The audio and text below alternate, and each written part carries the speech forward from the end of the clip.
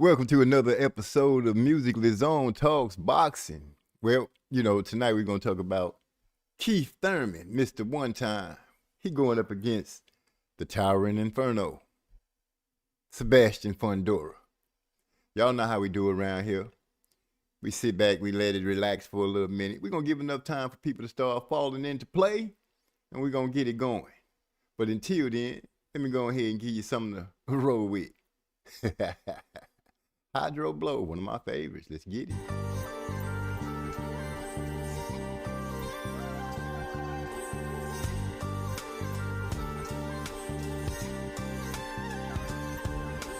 Shorty looking mad fly, had me captivated when she walked by. I'm serious, she had me feeling this tingle, son. Stimulated conversation after mingling. Honey was jingling and stretched jeans looking clean. Appearance would enhance any scene. I mean, feel me, really. I know it sounds silly, but looking at her was like puffing on a fat filly. Relaxing, she had this natural attraction. She started laughing when she saw my reaction. Oh my, pass the name and number to the cell. Asked for mine, I said it's Otis, last name is Bell. Also known as the O, the B, the 3, the A, the S, the T. It's me, obese, and you get high. Then I'm your guy. If I got the high, you got control. You can make this track go. If I got the high, you got control. You can make this track go. I got the high, you got control, you can make this track go. If I got the high, you got control, you can make this track go. Say what you want, just be blunt, I can stand the praise. Take a ride on the great airlines, I promise you be glad you came. The fire in your eyes make wetness between your thighs. You say you never blow, I eliminate your disguise. Underneath your green exterior, I gaze. Exploration of your brain leaves me in a purple haze. I see consent as my morals continue living. I just like to engage in a little oral tradition. So pardon my unorthodox approach to blazing luscious. That's just the way I roll. Lick the split before I stuff it. You like it hot, I got enough smoke to choke the average throat. But tonight I'm trying to go a little deeper. Loving the feel of your lips, taking drags off this gas, just puff and never pass. I'm your high value reaper. I got the high, you got control, you can make this track go. If I got the high, you got control, you can make this track go. If I got the high, you got control, you can make this track go. If I got the high, you got control, you can make this track go. I'm chilling in my room on this night. I got something tied up in the shower. Am I right? A friend in the negligee smiling as she rolling up. Every once in a while looking up, saying, girl, hurry up. She placed her gaze back up on me and took a deep sigh and said, I'm so hungry. You want a drink? I said, yeah. And while she walking to the table, she asking what I think. I like the way your lips poke, I like she pout. And that ass got my little man shouting. She kinda giggled, oh, you like what you see? Before I can answer, I heard, hey, what about me? I turn around, she got a pose with no clothes, with a leg up on the chair, with her hands on exposed. She said, don't speak, just lay back on the bed. Said something about double E. Yeah, you heard what she said. If I got the high, you got control, you can make this track go. If I got the high, you got control, you can make this track go. If I got the high, you got control, you can make this track go. If I got the high, you got control, we can make this track go.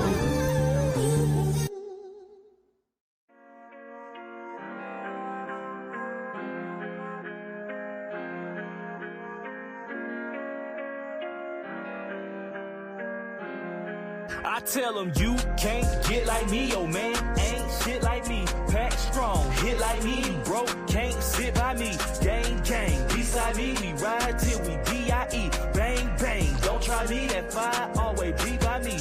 You can't get like me, yo man, ain't shit like me. Pack strong, hit like me, bro, can't sit by me. Gang, gang, beside me, we ride till we D.I.E. I'm gas gassed up. Ignite me, my cash up. Too lit, I be up. I'm a type of nigga that says shit straight. I never did hate, that's a bitch nigga trait. By any means, baby, I'ma get to the cake. I been a real nigga, so it ain't for debate. Beefing with me, get you hit with a stake. She left you for me, saying you the mistake. I can't be replaced. Nah, saving what hoes? Do you see me with a cape?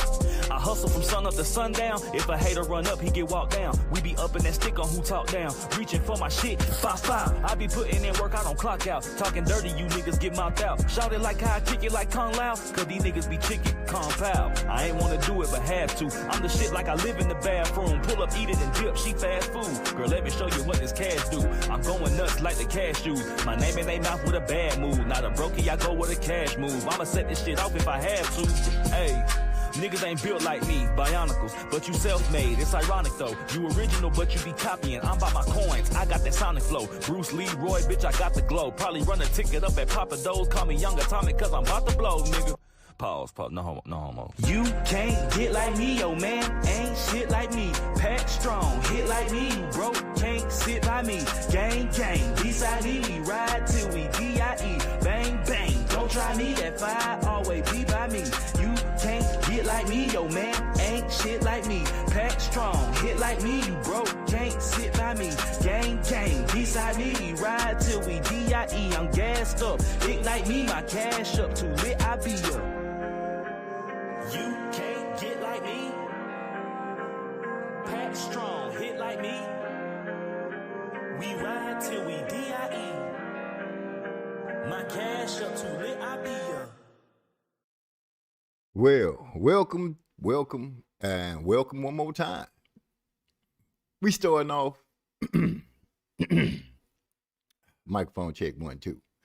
I got my brother DeCane, the mayor of so many things, the ambassador, the man with the sweet sounds in his voice. Joining me tonight, starting off early, let me say what's up to Gil Coles, who stars out straight from the gate. Salute OG, October 25th, and the new, and I suppose he's talking about Mr. One-Time Keith Thurman. I also want to say what's going on to my brother Yasser in the house. Glad you guys can join up with me. We're talking about Keith Thurman and Sebastian Fundora tonight, and the fight is coming up, as you see, October 25th. And we're going to see what kind of battle goes down. But first I want to start off by saying, what's up, DeCane? How you doing today? You know what, bro? I'm getting a call. I'll be right back. I got you. That's how it goes sometimes. But I want to go ahead and start off by saying, what y'all think about the nonsense that happened with our brother Terrence Crawford after his parade of his accomplishment of beating Canelo Alvarez? He gets pulled over by the police, gunpoint, all this kind of stuff. And I just think it's strange that the man can have a parade the same day, and at night they pull him over. Now, it's a blessing because it was reported that there was a weapon in the car or some weapons in the car, but because they're doing things the right way, which all of us should do if you're carrying a weapon, you know, they were all licensed, so there was no problem there. And you're right, Gil Cole. Welcome to America. I'm just glad that nothing outlandish happened to have us having a sad week or a sad night or anything like that we would have to speak on. But that was just, you know, messed up. Say, Yasser say them cops around this way don't like him. Well, too bad for them. But like I said, it's a blessing that the man is still with us. Nothing really outlandish happened. And, you know, it turned into a bunch of talking points for a lot of people. But I'm still celebrating the fact that the man, as you can see, holding all the belts. Now, with that being said, let's have some fun. Let's kick back and do what we do and just lay it down on the line. First of all, I want to say happy birthday to our brother Trey X, who is doing his thing, 1 year older. Hopefully he joins us tonight. If not, you know, The blessings go out to him. Hope he have many, many, many, many more. With that being said, let's bust this open and get to talking about things, man. You know what I'm saying? Now, Keith Thurman and Sebastian Fundora, they getting ready to go at it. As we all know, my boy Gil Coles, I'm sure he got plenty to say. And he said, it ain't even about Bud. That's just how shit is in America. Wow. You're right. You're right. It is. But we talking about a man that's been out the ring, talking about Thurman. Last time he had a fight, then I heard that he had an injury that he had to nurse back. Can he pull it off? That's my question. Will he be able to pull off this grand return to the ring, as one might put it? Are we even in there? 1 2 1 2. Where we at? There we go. There we go. Let me get up in here so we can see what's happening. Let me get my screens together, cause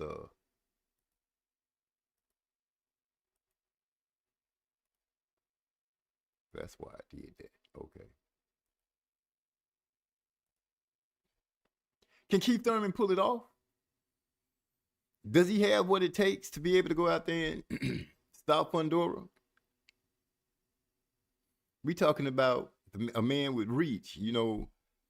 I don't see a way for Keith to be able to be on the outside trying to box. Will he be able to get in and work on the inside with Fundora? Because we know Fundora likes to fight in close quarters, but he has started using his reach, his length in the fights.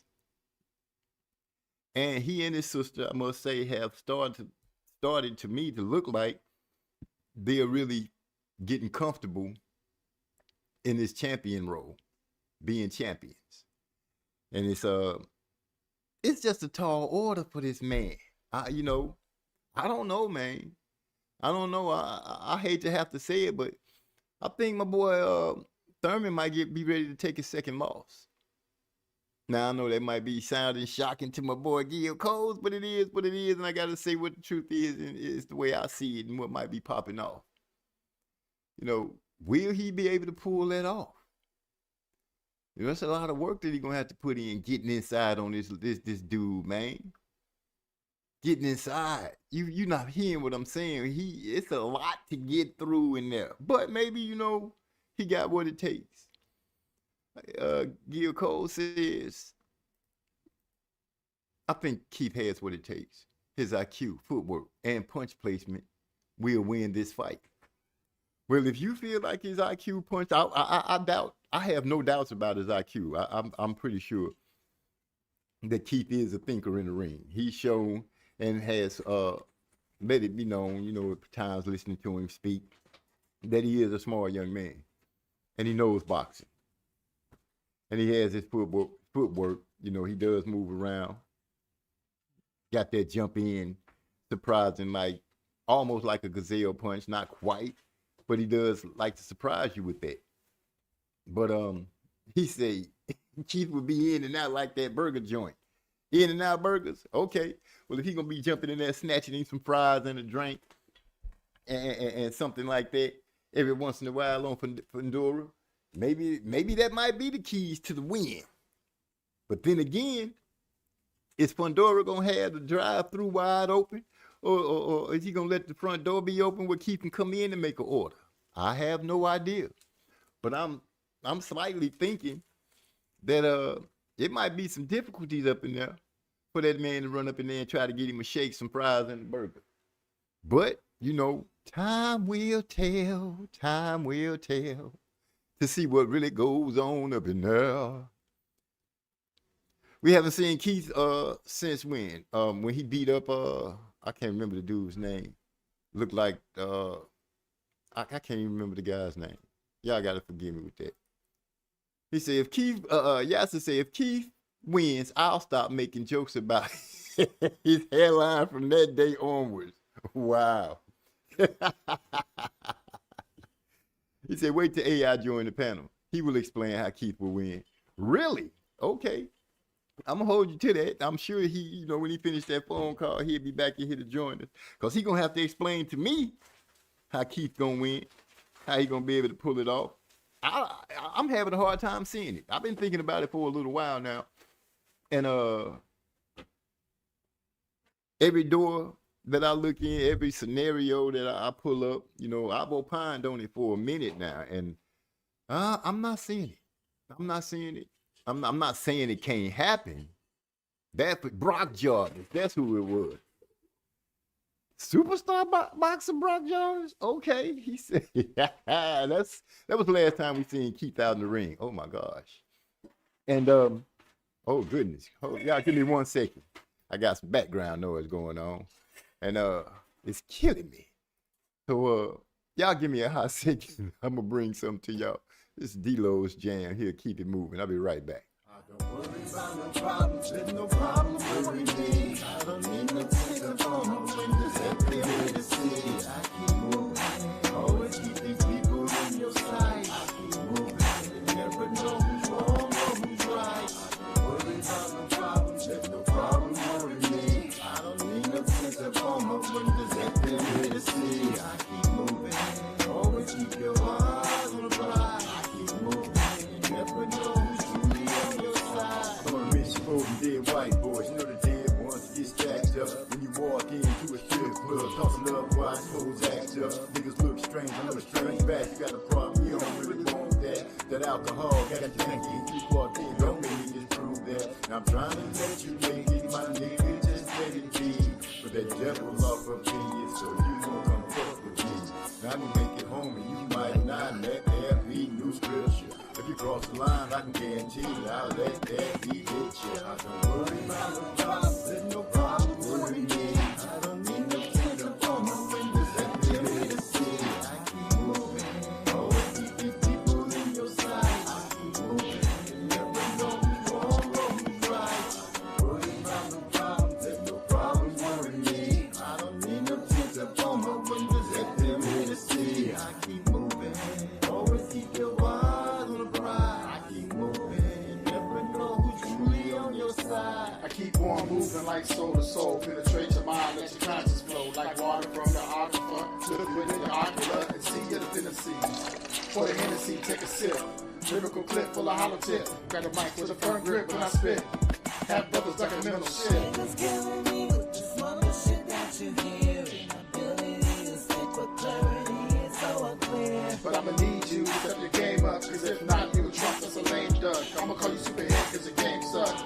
Keep it moving in your lame truck. Don't worry about no problems, there's no problem worrying me. I don't need no tears up on my windows, everywhere to see. I keep moving, always keep these people in your sight. I keep moving, you never know who's wrong or who's right.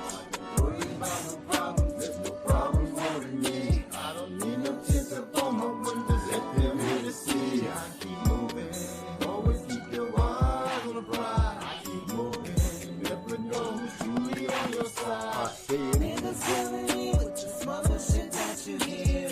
Ability to speak with clarity is so unclear. I said niggas be talking crazy, hold up, don't make them wait. I don't chase after hoes, I rather make change. Okay, let's get that straight. Nah, back to the grill, what the niggas got beat, yes man, gon' bring your stage. By the time you realize we got a problem, then it's too late. I don't worry about no problems, there's no problem worrying me. I don't need no tint up on my windows, everywhere to see. I keep moving. Superstar Brock Jarvis, I don't know if it's a superstar, but I had to go ahead and find this Rolly Romero and Manny Pacquiao picture because Manny Pacquiao was the last person to beat old Keith. Surprised him. Yes, it was a surprise. And, I guess Keith said if he had to lose this over to anybody, why not lose it to a legend?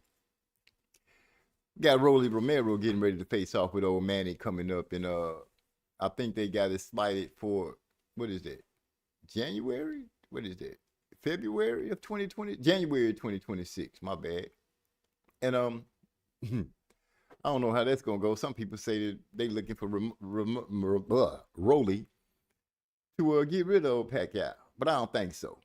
Now, superstar Brock Jarvis, superstar boxer Brock Jarvis, was the last person get hands put on him by Keith Thurman. Maybe we should have been able to give him a call to find out what exactly was going to happen. Okay. We got somebody jumping in. Welcome to the show. He said Thurman has never fought someone with the dimensions and willingness of Fundora. Keith is not going to win. Oh my goodness. I wonder what my brother Gil Cole's got to say to that. Now it is true that our boy Keith, and you can't name too many fighters at 154 that has faced this kind of fighter with the dimensions that he has. He has been sitting behind his jab quite well, Fundora, that is. And let me say this. It's not impossible for Keith to get to Fundora, because it has been shown. Once again, y'all gotta forgive me because I can't remember the man who caught him with that overhand like hook that froze Fundora and dropped him. Now, I know y'all know that fight when he lost, he got stopped. But it seems like he has put himself together and got things back right. And he's chugging right along. He got rid of our boy from out oh my gosh, today. Look, I ain't been smoking. I just can't remember. Tim Tszyu. When he made Tim Tszyu give up and say, you know what, I just don't want to go no more. They stopped the fight for that guy. Is it a possibility that Keith can get stopped? No, I wouldn't say that Keith can get stopped, but it is possible. Keith got hard. We done seen Keith take serious punches to his belly where it made him get on his bike and do some stuff. And but he survived. I'm not taking anything away from Keith's greatness and the skills that he's shown in the ring in the past. But it has been, I got you. Let me see. Oh, that's what that was popping up.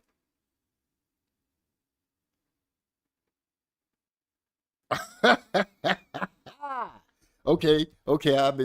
I got you.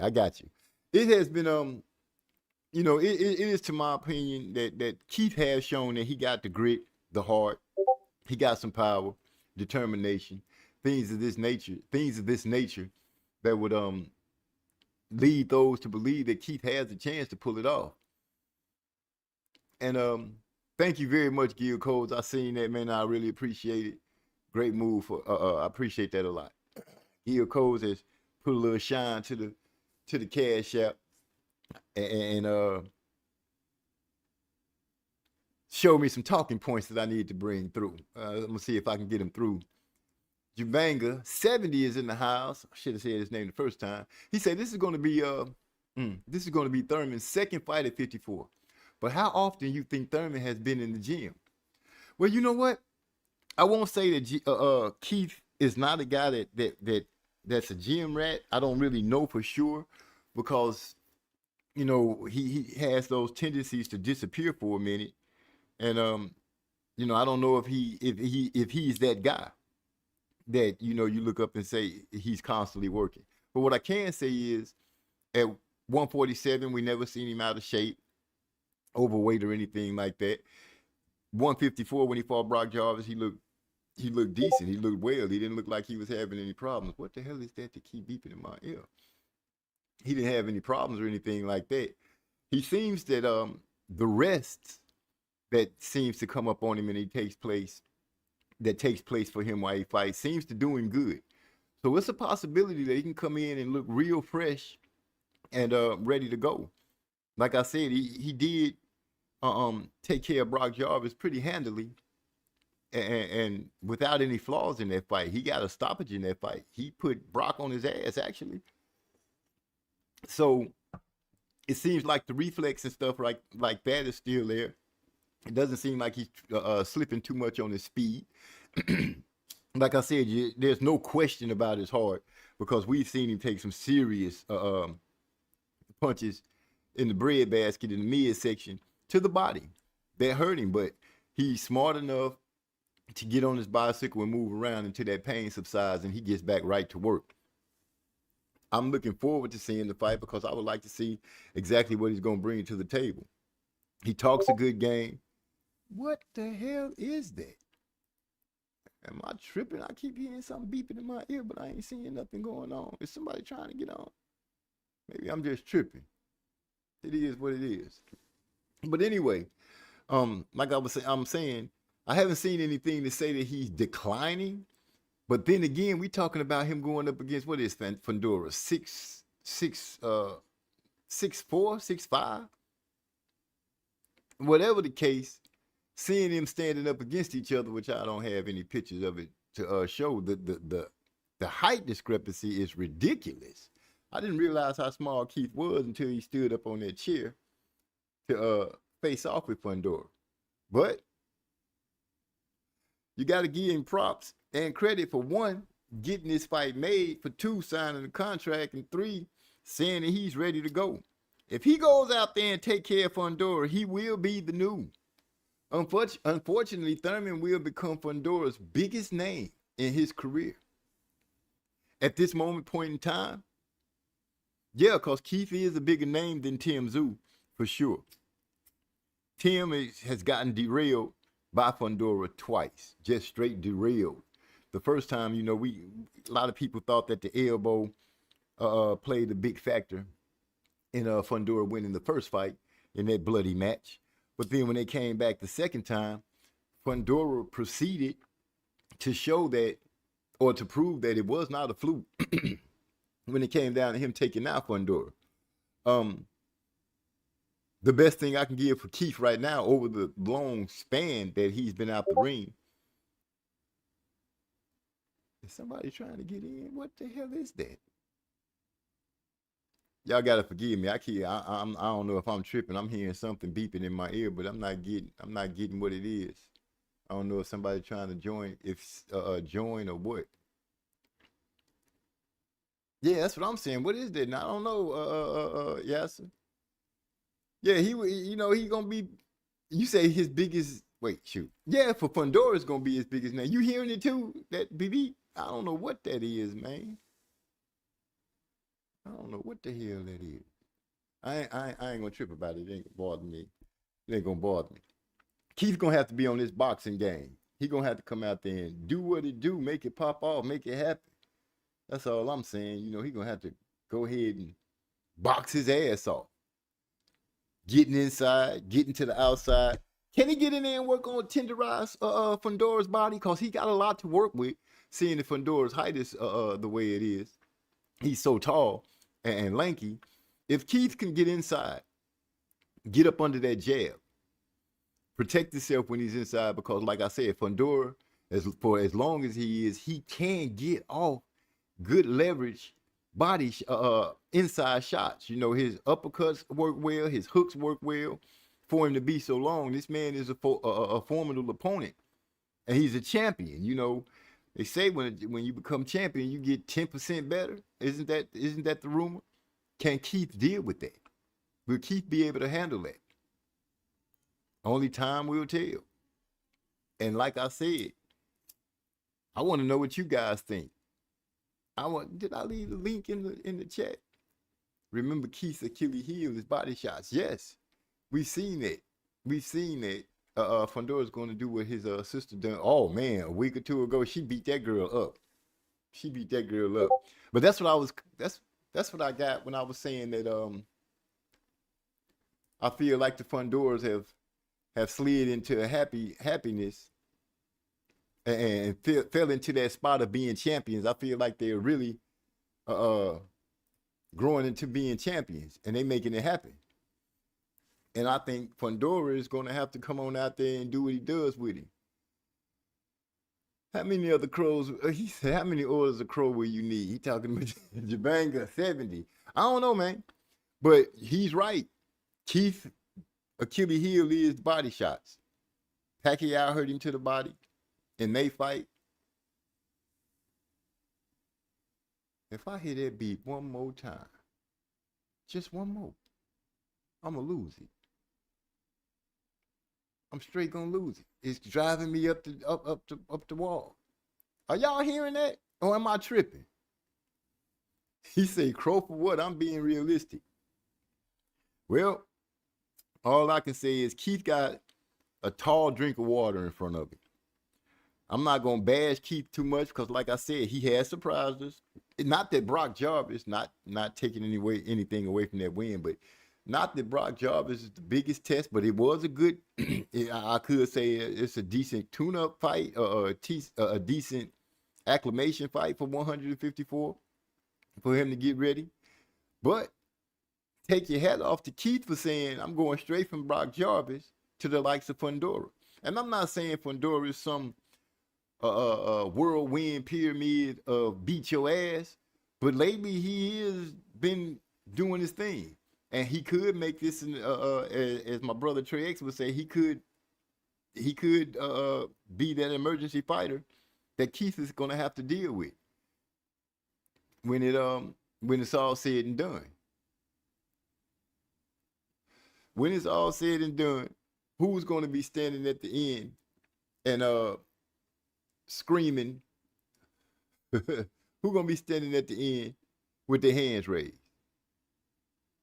Say, you know what? Just for today, I'm going to ride with my boy Gil Cole and Keith, even though they use Keith's hairline as the blue, not the blueprint for the Great Wall of China. You saying that man hairline just ridiculous. At least he got a haircut and got rid of, he ain't do like most people do, try to hold on to the ponytail while the hairline retreated. You know what I'm saying?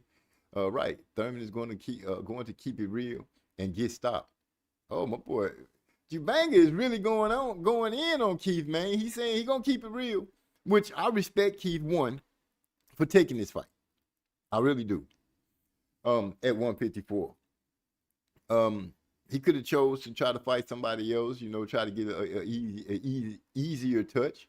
But this man is trying to, as I dare say, trying to go for some legacy and try to become a champion at 154 pounds, which would be good for him, because then he'll have that belt. He'll have claims that, he was champion at 147. And now he's moving on to 154, and he's going to try to get it going. We got Mitchell Coleman in the house. He said Keith Thurman is too old, with the old man picture down there. I wouldn't say Thurman is too old, because these fighters have been surprising us at what they can do. Bud just surprised. He didn't surprise me, but Bud is an older fighter, and look what he did to Canelo. He went out there and just handled that man. Styles make fights, and we don't know what Keith has been working on. We don't know if he's been sitting around dissecting Fundora, looking at what Fundora flaws are and things like that. Fundora doesn't have the strongest defense. Let's be honest with that. He doesn't have the strongest defense, and I contribute a lot of that because of his height. He leans back a lot. But I did notice that, in the last fight, he was taking a half step back to keep from being touched on. D-Lo 404 Boxing, the voice of reason. The man who helps you think outside the box when it comes down to speaking on these fighters and the greatness or lack thereof that they have, has joined the show. What's up, my brother? D-Lo 404 Boxing. He's in the chat, not in the show. My bad. But, y'all know what the link is. If you're going to jump on in and conversate with me, do so. He said, just make sure you come back to the live stream when Keith wins. I guess that's going to Jabanga right there. Remember, this ain't the 2017 Keith. And wait, shit, it's jumping, it's moving. He said, this ain't the 2017 Keith. And at this time, a name. Remember that. Yeah, he is a name. This is a good scalp to put on the mantle for Fundora. It will be a great scalp because, Keith Thurman, Mr. One Time, he doing his thing. Rod X is in the building. Say, what's up, my people? What's going on? We just having this discussion. We getting it rolling, getting it cracking, talking about Keith going up against Fundora. What do you think is going to take place in a couple of weeks with Fundora and Thurman? You know what I'm saying? But my boy Gil Cole say Keith Thurman is destined to be the new champion. Isn't Fundora a unified champion? I can't remember right off the top of my dome. But if that's so, Keith will be able to snatch up 2 belts at 154. He'll be walking around like a proud peacock for sure. And I know my boy Gil Coles will have a grin from ear to ear and his chest poked out from Florida all the way to Texas. I'm looking forward to the fight. Like I said, I want to see if Keith can be able to handle his business, if he can get on and work the inside, tenderize that body, get Fundora hands to drop, cover up from some of those punches coming to the body. And maybe, just maybe, he might be able to catch him with an overhand hook and cause the man to get some stanky leg. That's a great possibility. Not saying that it's going to happen, but it is a great possibility that it could happen. Like I said, Keith is not a dumb fighter. He's a pretty smart fighter. Oh my goodness. Y'all give me a second to say what I gotta say when I gotta say it. The man that could call a fight. Frogs from Wales have crickets quiet as they listen to the way he calls the 1, 2, the 3, 4, the 5, 6. The man just getting breaks beat off of him. Coin the word raggedy as a roach. Trey X is in the building. What's up, my brother? And happy birthday to you. Even though it's past, happy birthday. What's going down? Salute. Nah, I still got a couple hours left. My shit was today on the 4th. Oh, shoot. I got to change it on my calendar. Yeah. But salute to you, man. Salute to everybody in the chat. I might be talking slow because I'm going on this doja. But I want to talk a little bit of boxing and shit. I see that you're talking about Keith Thurman and Fundora, right? Yes, sir, we are. What you think gonna happen? Going. What honestly, you think gonna happen? I've been trying to lay out different scenarios for it. I've been opining on it for a minute, but I'm having a hard time seeing what exactly Keith can do. From distance, I don't see him really getting no work in.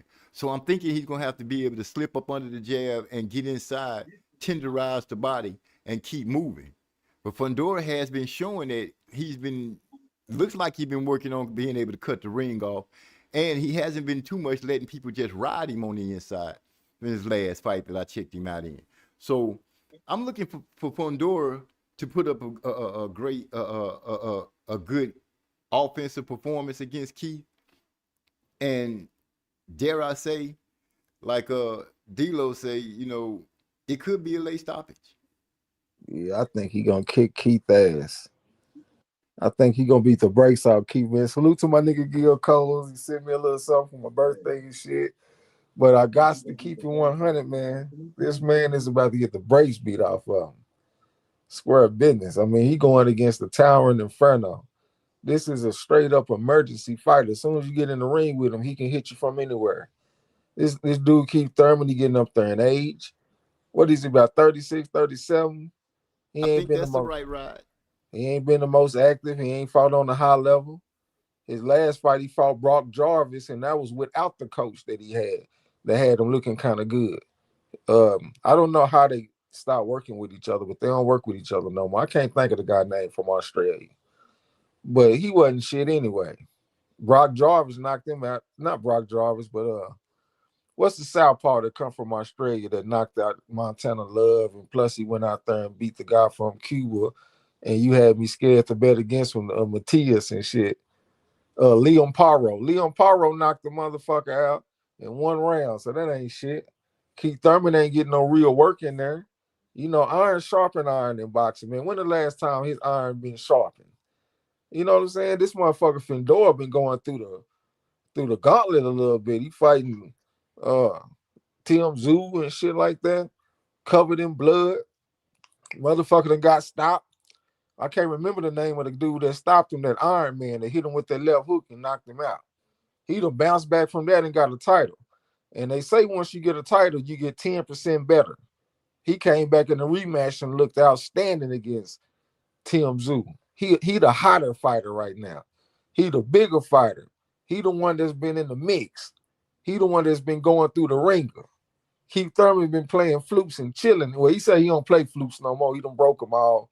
I think he said his dog chewed him up and all type of shit. But he been on a different trajectory than the Fundora.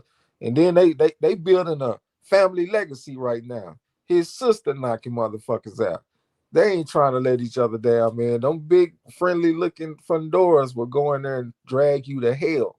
And I think that's where Keith going. Keith is going to hell, man. It's about to be trouble for old Keith. Trouble's in the water. we got DeCane back in the building with us. And I just want to let you know, DeCane, before you start speaking, that my boy Gil Cole say that you're gonna come in here and set us straight on the situation and let us know exactly how Keith is going to win. Hey, I hate to let Gil Cole down, man, but I got Keith getting fucked up Yeah. because the nigga almost got knocked out by Riverside Rocky. And like I just don't see it, bro. Like, what he gonna do? Try to fight from distance? That's like fighting from distance against Fundora. That's like fucking pouring gasoline on fire. I just don't see what he gonna do. Yeah, and plus Fundora's he go both ways, like as far as his stance. So if you try to escape one way, he can flip the stance and stay on your ass like Marvin Hagler used to do back in the day. This is a true emergency fighter, man. He coming to put some hurt on Keith, man. We'll see. I don't see what can take place besides this man getting his ass towed up in his ring. Yeah, Keith Thurman gonna have to come in and fight a totally different fighter, like with some kind of inside game that I have never seen from him. If he gonna do something against the Fundora. Yeah, Cause I yeah. mean, you got the shorter arms. That's your only bet, really, is to get all in his chest. Does he put on some shit like J Rock did against Jared Hurd? I don't see it. Yeah, but he even though he got shorter arms, he don't really throw tight, compact punches. He kind of wings them Yeah, hoes a little bit. You know what I'm saying? He really not an inside fighter. You know, he like to kind of move on his feet on the outside, and he'll kind of ambush you with lead left hooks and very powerful shots and shit like that. Maybe he can lull him to sleep and then just jump in with hard left hooks or something and catch Fundora off guard. That's the only thing that I can think of. And the fact that Fundora fights in a southpaw stance, I think that's gonna make that even harder. So yeah, I don't, man. Hey, last time Fundora fought somebody from Florida, that was Lubin, and he fucked Lubin up. Even though we'll give Lubin some credit because he did drop Fundora, you know what I'm saying? So he showed some pluck. But Fundora was on his ass the whole time, and I think he just gonna be on Keith. He a champion now. He done defended the belt. He feel like a champion. He got that 10% boost that niggas get. I just think this is the wrong place at the wrong time, man. This is just like Rafael Espinosa down there with Robeson Ramirez and all them dudes.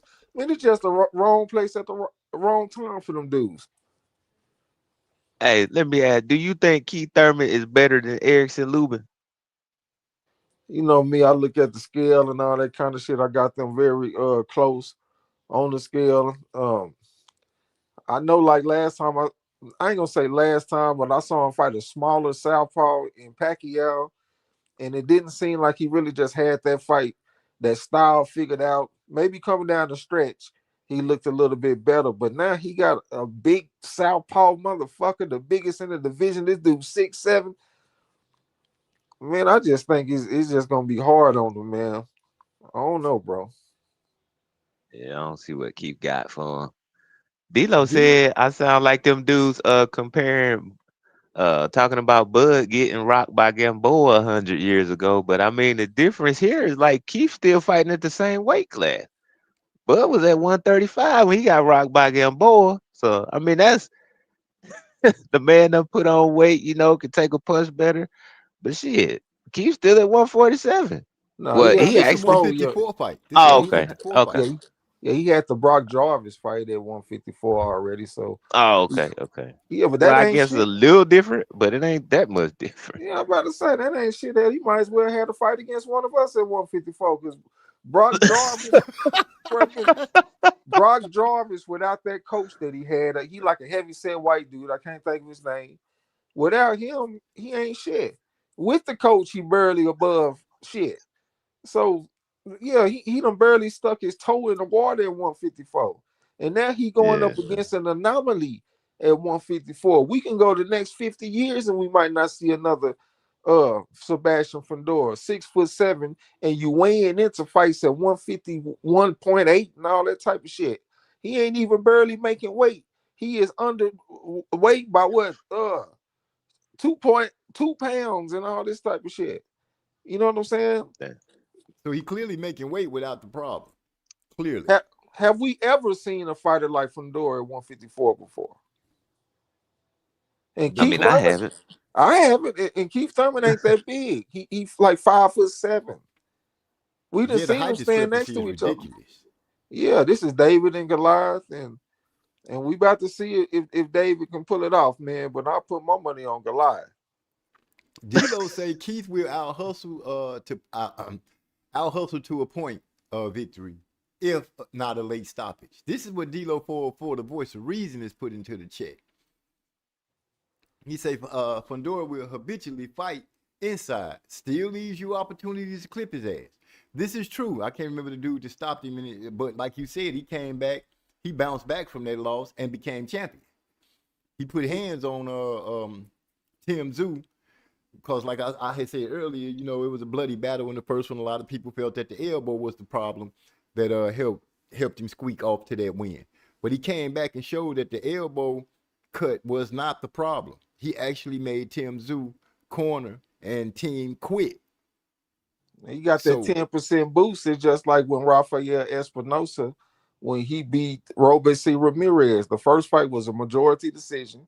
Then this dude got his 10% boost, and he came back in a rematch and stopped him in like 5 or 6 rounds. Hit the motherfucker. Robesa said, I can't see no more. He knocked vision out that motherfucker eyes. That 10% boost is real. You know what I'm saying? But man, hey, I'm telling you right now, we talking about Keith Thurman out hustling him. Most of his energy is going to be spent trying to keep this motherfucker off of him. The offense will be secondary.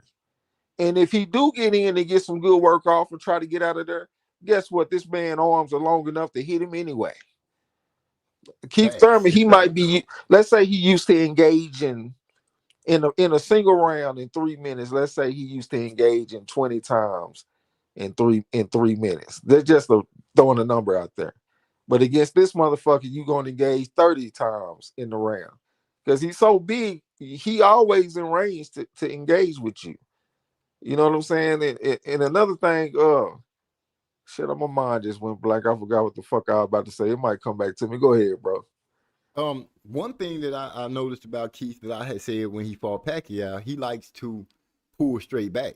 He doesn't leave out the side doors. He has a habit of pulling straight back, and I think that's going to be detrimental to him, and it's going to be a glaring flaw, especially going against somebody who's that long. You pulling straight back with Fundora, and you can get clipped going backwards and get dropped. I'm not looking for Keith. Like I said, I'm not looking for Keith to be able to do anything on the outside. And I guess it's wishful thinking to think that he might be able to get in and get back out safely. He might be able to pull it off a couple of times, but will he be able to sustain that all night, especially with the kind of pressure that Fundora brings? Keith Thurman's defense is his legs. And he going to have to use a bunch of legs, especially early in this fight, and that shit going to catch up to him. And another thing, the guy that knocked out Fundora, I think his last name was Mendoza.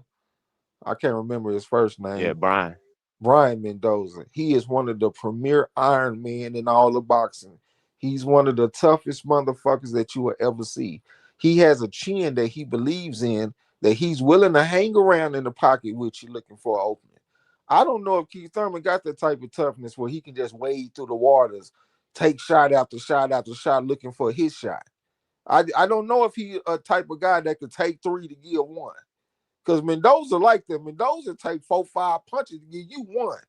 Because he know he can take that shit. He just want to know if you can take his. I don't know if Keith Thurman like that. And at 36, 37, do we got the mind state to want to do that? You know what I'm saying? Because he ain't ascending as a fighter. He didn't already reached his plateau. He is descending as a fighter. It just is what it is. He almost 40. Do he got the mindset to where he want to go through hell to get his victory no matter what? Because that's what he gonna have to do against Fundora. He ain't about to go in there and style on him. He gonna have to go through hell. So let's Yeah. see if he willing to. Um, my boy Jabanga 70 said if this was 2017 Keith, he would fare better. But Keith is going to get stopped. He's been riding with that. He hasn't said anything or changed his way on that. He's been saying that Keith is gonna get stopped from the minute he stepped into the chat. Chat. Yeah, Uh I agree with him. D-Lo saying Fundora should win, but he's going the other way. So you gonna go against the grain against the dude that I thought he was like 6'6". I done heard 6'6" and 6'7". Either way, he a big motherfucker at 154 and he weighing in at 151.8 and shit. Mm-hmm. D-Lo say Fundora needs to be chasing Mendoza to get his lick back. Okay. But right now, Keith is what's standing in front of him. I was just about to say, shit, you might be right, but for right now, we talk about Keith Thurman.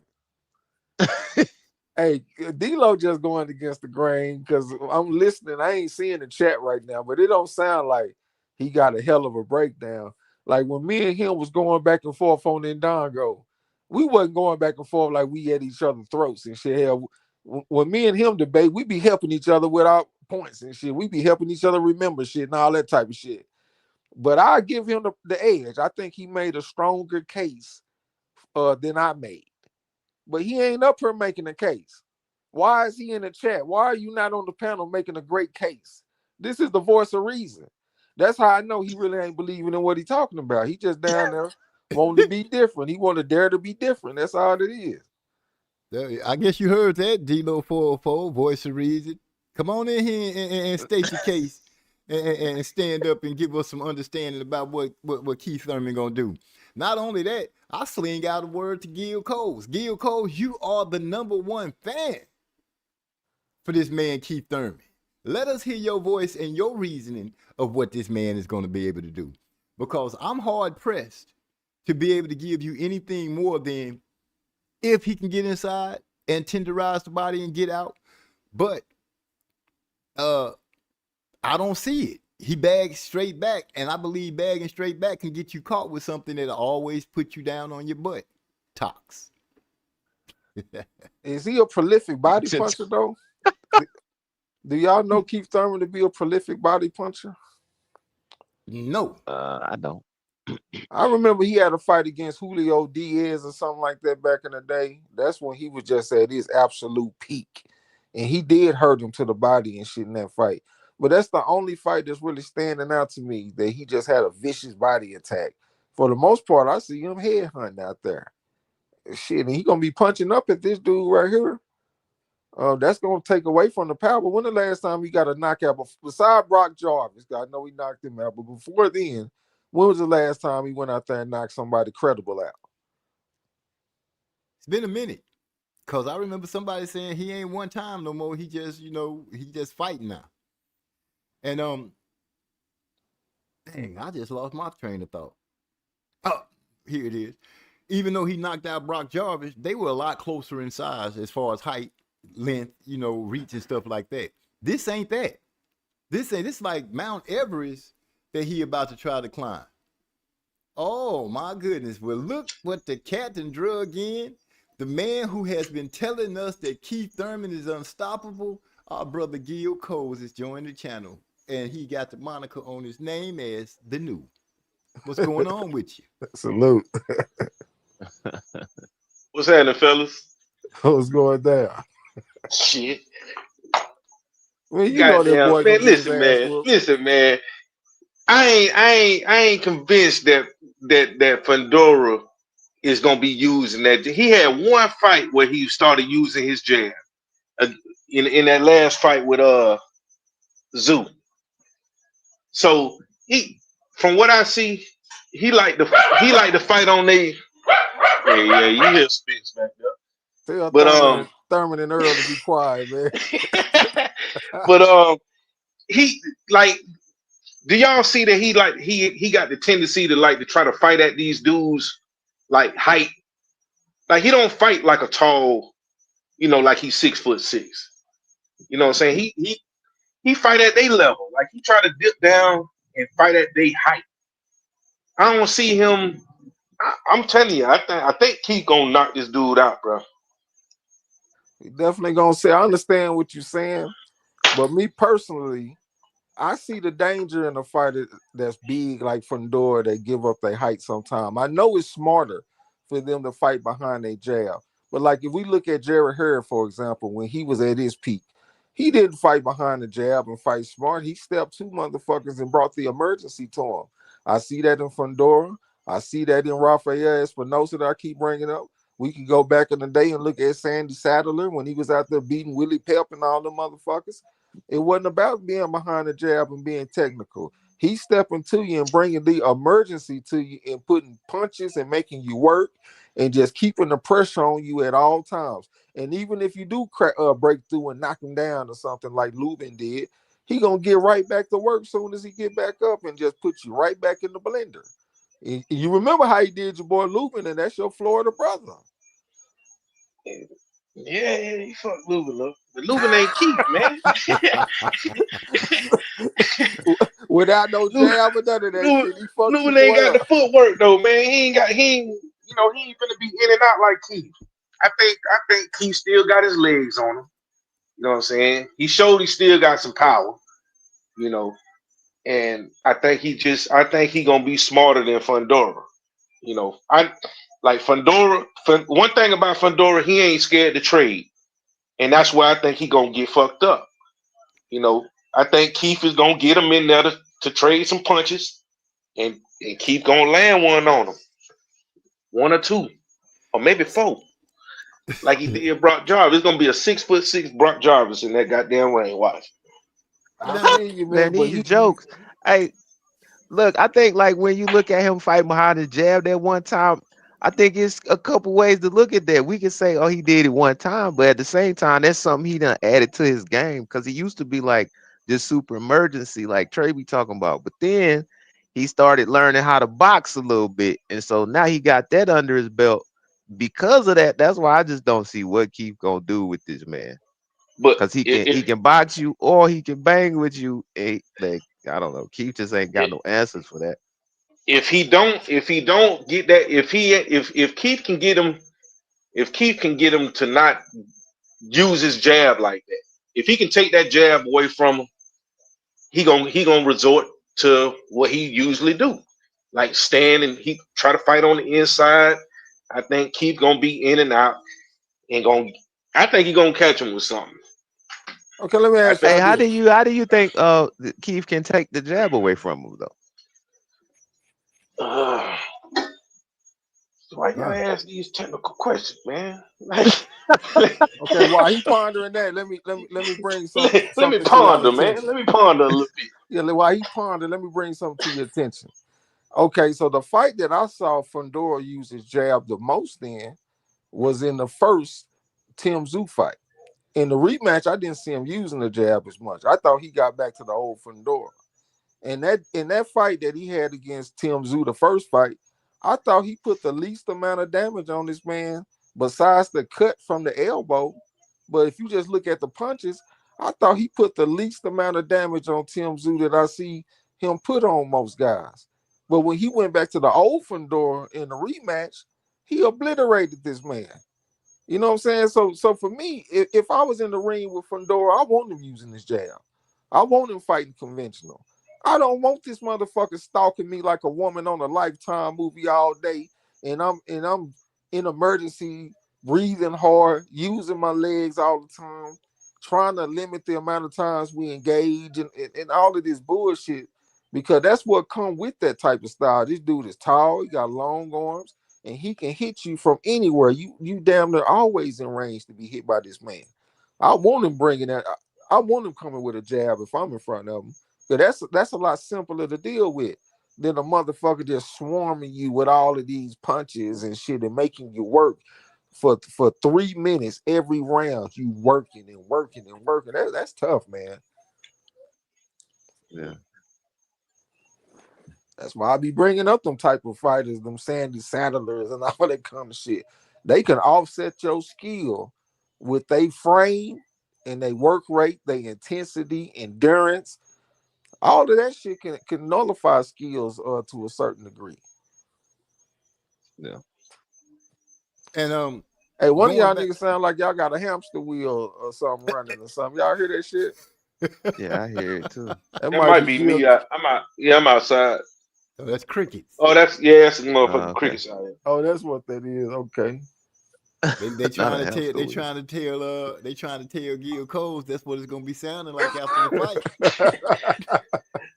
It's gonna be crickets over there. That's what it's gonna Thurman and sound like Earl when I gonna be come with this quiet. damn crow.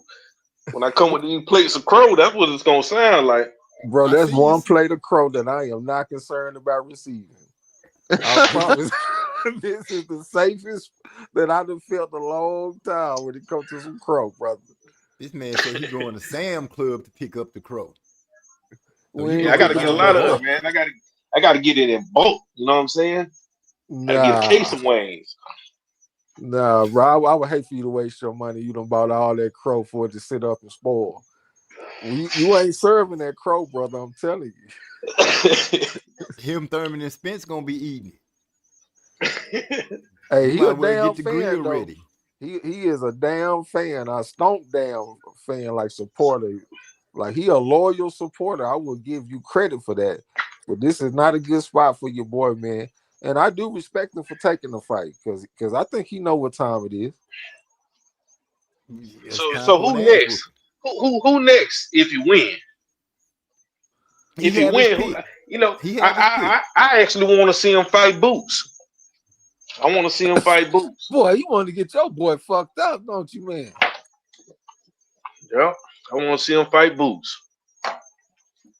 Why what you got against Keith Thurman, man? Why you want to see the man get jammed up and fucked up in the ring? I think he still got it, bro. Telling you, I think he still got it. Now, even though he don't have his flutes anymore, they was able to pull out one for him You got a and flute, let it. bro. It's chewed on. It's chewed on. You heard? It's chewed up. You know, he was playing it. You know, you can hear it, but you know, it's chewed up. That man, the flute ain't gonna save it. Jabanga 70 say it's not the flute, it's reality. He gonna have to come on with something. He ain't gonna be Man, able to get out there and play no music. He ain't gonna be no snake charmer that night. Not at all. Yeah, Whether hey, give Jabanga 70 a wrench, man, because I'm finna time his ass out. You know what I mean? So I'm about to time him out into motherfucking infinity. So if you don't mind, man, just hook him up, man. Let me. Okay, I got you. I'm working on it right now. But yeah, I don't know. Gil. The question was asked, what is he gonna do to stop Fundora from using his jab? And like Trey said, if he goes away from the jab and decides to start chasing this man, what was the phrase you used? Like a woman on Lifetime stalking him all? getting stalked like a woman on a Lifetime movie. I used to say that shit called the fights back in the day. That's gonna be terrible. That's gonna be Keith is not a great defensive. He doesn't have great defense either. So you could say that the chances of him clipping Fundora on the inside is, that is a chance. But at the same time, he's got a lot that's gonna be coming back at him. Hence, going back to the Lubin fight. Now I seen where you put in the chat that Keith will whoop Lubin's ass, and that's your opinion, and it would be a good fight. But this ain't that. This is a 6'5", 6 or 7, whatever his dimension as far as height goes. But this reach that I'm looking at, and he gets good leverage on his inside when he's fighting on the inside. His punches, as long as his arms are, he seems to be able to get good leverage on them. And I think that's gonna cause Keith a lot of difficulty. You saying that he still got his legs? Okay, we're gonna have to find out. Brock Jarvis was a little slower foot. And it was, Keith looked like he was wheeling and dealing in that fight. But this, like I said, this ain't a Brock Jarvis fight. This is a new territory for Keith. Practically anybody that steps in the ring with Fundora is new territory.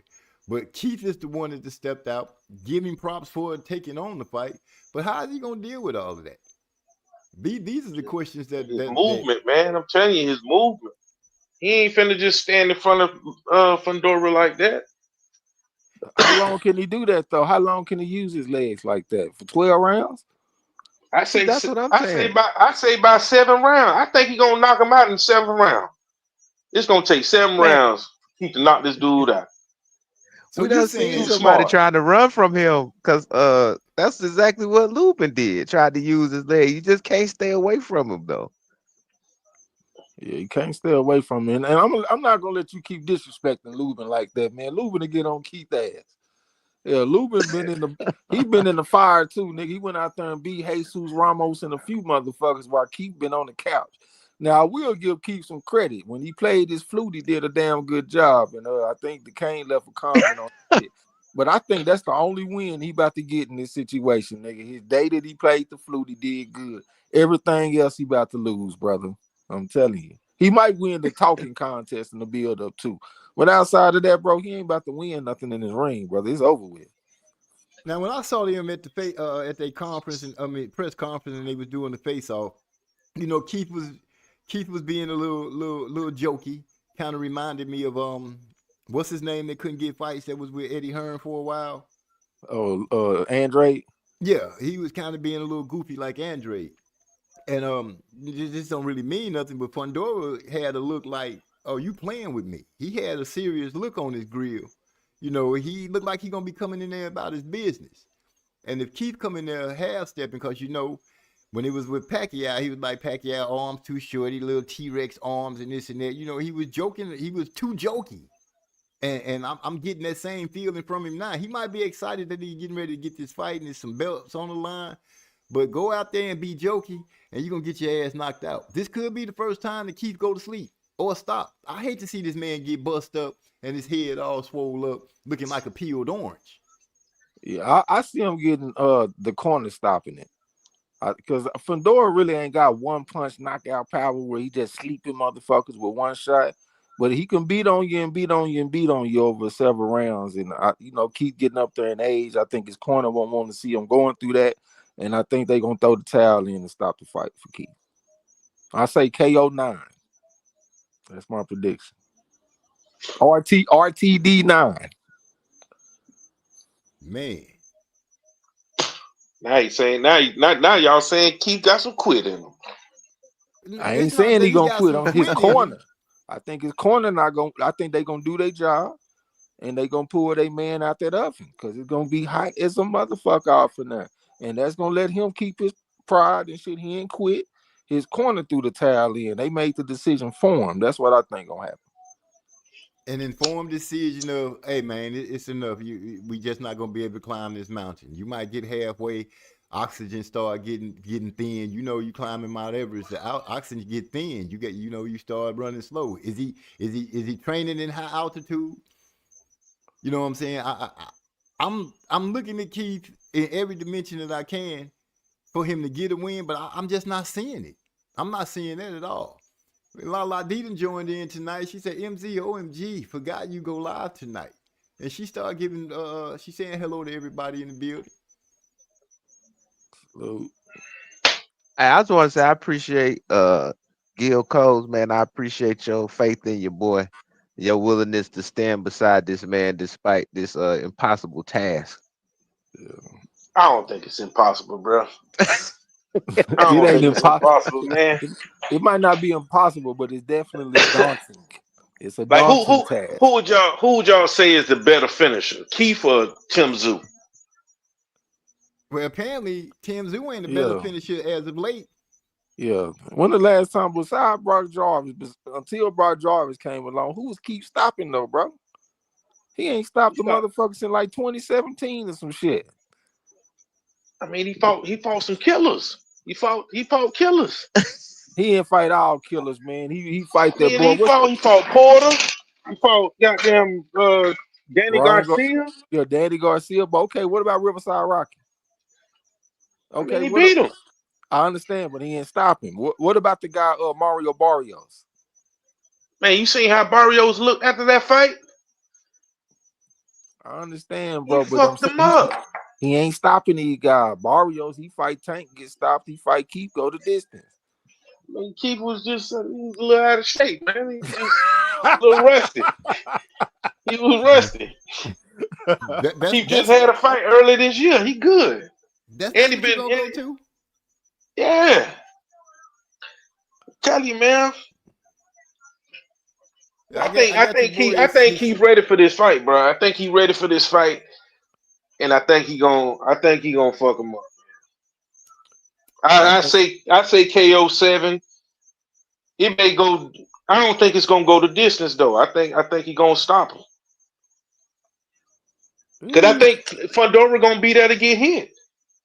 I mean, he was getting rocked by fucking Zoo, but Zoo couldn't capitalize on it. I mean, it was basically going back and forth, you know. But Which Zoo fight just was gonna that? stand there. I think it was the shit. Well, I know it's the first fight. Okay. You That know what I'm second saying? fight unfolded a totally different way. Once he got his engine Yeah, going but and he he ain't never started fought landing, Keith though. He ain't never fought Keith. Keith ain't He never. kind, he fought Okay. Tim Zoo before, so he kind of knew what to expect. Tim Zoo, he flat footed. He ain't got no movement. This is true, but I think you got some wishful thinking going on right now, man. Yeah, And it's a I little would, bit of that. It's a little bit of that. You It know what I'm sounds saying? like I a ain't gonna lot. lie. It's a little bit of wishful thinking, but hey, man, I got faith in Keith, man. I think he can do it, bro. I think he can do it. He Now finna he you finna show the naysayers, bro. I'm telling you. I'll give you this. Maybe Keith will win the first round. I'll give you that. Until Fundora get the engines rolling, like MZ just said, OG. I think Keith might can come out there and get the first round with his foot movement and shit. He might get an angle. Since it is orthodox against Southpaw, maybe he can step around the lead foot and get to the dorsal side a few times and hit him with some shots he don't see coming. But after that, bro, I think it's gonna be all Fundora. I really do. We'll here's be We on gonna some. see. Discord talking. We'll be on Yeah, we gonna Discord see. talking. Yeah. We gonna see. Oh, yeah, we gonna see. All right, we gonna see his eyes getting closed up. Probably. Oh That's what yeah, we gonna MZ, see. my bad. I gotta give you credit on that movie, that George Foreman movie. You said that shit was good. That shit was a good movie, man. I thought that was one of the best boxing movies I've watched. I gotta see that too, bro. I started that movie. I seen the They, beginning when he was getting bullied, but I yeah, think I stopped on there. I give them credit because it seemed like they actually tried to get most of the story right. They put some effort into it and shit. They had this one clip when he was fighting against Michael Moore that looked kind of goofy and shit because they did the AI and all that. That made me think the movie was gonna be trash. But for the most part, the movie is pretty good, man. They really put some effort off into it, and plus they didn't shy away from his spiritual transformation and all that kind of shit. Like they tried to capture the man on film the best that they could, and I give them credit for that. That's one of the best boxing movies I've seen for sure. And you can learn I some got shit too. I didn't even know Michael Moore was the first Southpaw heavyweight champion. I might have heard it in the past, maybe years ago or something, but when I heard them say that on the movie, it sounded like I learned something new. Michael Moore is the first Southpaw heavyweight champion. Here. that's a trivia question. Yeah, yeah, yeah. According to the movie, anyway, unless they lying, but according to the movie, that's what it is. Rod X said Mendoza low key was taking the beating before he KO'd Fundora. See, but that's what I was saying. He got the chin to hang in there and take a beating so he can get his shot that he wants. Some fighters can take three to give one, and that's what Mendoza is. He just tough like that. I don't know if Keith is tough like that where he can take 3-4 punches to give one. Because I think that's what it's gonna take. But maybe I'm wrong, man. We'll see. Man, it's right on the corner. I got your boy hooked up, Gil. I went on through a wrench to him, so next time he speak, he should show up. La D said, when did Thurman last fight? He fought Brock Jarvis. You remember that about 6 months ago? Yeah, it wasn't too long ago. Earlier in the year. Yeah, it was a reasonable amount of time. But he ain't getting no rounds. How long did that fight go? Like 2 rounds? Yeah, he laid Brock Jarvis down pretty quick. Yeah, so it ain't like he went in there and fought 10, 12 rounds and got the rust knocked off and all that type of shit. He went in there for 2 rounds. The man is still rusty right now. He needs some WD-40. Yeah, what you about to say, Gil? I'm just gonna say that combination he put on Brock Jarvis, bro. That was just beautiful. It You know what I'm was saying? It was pretty. a sweet It combination. was It beautiful. was. It was It pretty. was a sweet combination. But Hit him with a 4-piece, bro. And a counter right hand and shit. I think that's what started it all off. That counter right hand. It was pretty, but is he gonna be able to land no type of punches on Fundora though? I think so. Fundora gonna get hit. He gonna And get hit. it's a reason why Teofimo Lopez, after he fought Masayoshi Nakatani, he said, I don't want to fight no tall people. He done lost to Sofiani Umihara. This motherfucker Nakatani done gave him trouble. It's a reason he didn't want to fight them tall people. That shit gonna extend the key. That's gonna extend the key. I don't mean to cut you off, but it's a saying we got down here. The saying is BIG don't spell man. You know what I'm saying? He finna chop this dude down, bro. I don't care how tall he is. All right. G Bags joined into the conversation. He said, I think Fundora is such an awkward style matchup for anyone at 154. A young Thurman could have given Fundora issues, but I personally have Fundora either by late stoppage or UD. See, he might get timed out. You know what I'm saying? If it's a UD, I'll be impressed. If Keith Thurman go the distance and lose by decision, I would be impressed. That would stamp him as a fucking Iron Man. I just don't see it happen. Stoppage, KO 9. That's what y'all want. Champ Ross, KO 9. Yeah, I think Keith got to get him out of there. I don't know if Keith can go 12 rounds because Fundora got a goddamn motor. I ain't gonna lie. He do. You know, Speak he got a on motor it. on. And we ain't just talking about him being big, because there's other fighters that's big. Look at the Fox brothers, Michael Fox and Alantez Fox. They some big motherfuckers, but we don't talk about them in the same way that we talk about Fundora, because Fundora put your ass in emergency mode. It's kind of like David Benavidez. He bring that type of pressure to you. David Morrell, when he was at 168, bring that type of pressure to you. That's how Fundora coming at 154. You know what I'm saying? Now, G-Bags give you some credit. He said, I think Fundora has shown that he can use his height well in the second Tim Tszyu fight. If he fights the same way, he thinks Thurman gets stopped. Everybody has a feeling that your boy Thurman might not make it out the fight to the 12th round. He might not go 36 minutes. Yeah, he might not. That's why I think he got to get him out of there. Now, but I think he can though. I think he can because the way, you know how they say Keith throw wide hooks and shit like that. Yeah, I think he gonna catch him with one. Cause like I see Fundora just stand. Fundora don't move his head. He get hit. The question can Fundora take Keith punches? You know, like all the body shot shit. Them shits hurt. You know what I'm saying? And I look at it like Keith ain't never been stopped. He done. I don't think he got the best defense, like as far as protecting his body. You know, that's why he be getting hit to the body. But shit, any other person get hit with a shot like that, it's gonna fold their ass up. And Keith, I look at it like he can take them shots. That shot that looked like it hurt him should have dropped him.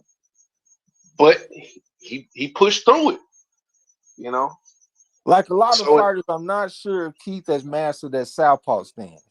I've seen him struggle with Pacquiao, who's a southpaw. I saw Keith Thurman take a loopy left hand to the body from Luis Collazo back in the day, and the motherfucker broke out running. And that was another southpaw. I'm not sure if he done mastered that style, bro.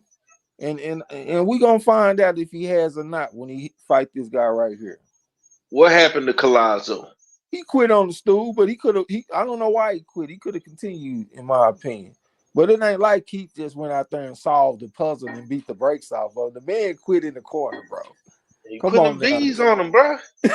He put the bees on him. That's what it was. So now Florida got killer bees flying around. Man, we got all kind of killer bees flying around, man. Like you were saying, like the training up in high altitude, man, ain't nothing but athletes down here in the South. We don't need no altitude. It's hotter than fucking humidity and shit. Man, Keith gonna be all right, bro. I'm telling you. If it go 12 rounds, I think he gonna lose the fight. Where You know what I'm Fundora saying? from? Wait, He from what? Florida too, right? Well, he fighting out of, I think that's East He's Coast. I thought wait. But Fundora was from Florida. nah, he fight out. He from California, That but he Coachella fight out. shit on. Yeah, he Yeah, he fight out fighting of. out of He fight Coachella, out of. No, he fight out of West Palm Beach. Oh, but so he he But from know you about know, that Coachella. humidity. he from Coachella or whatever. Yeah, he from Coachella, but he fight out of Florida.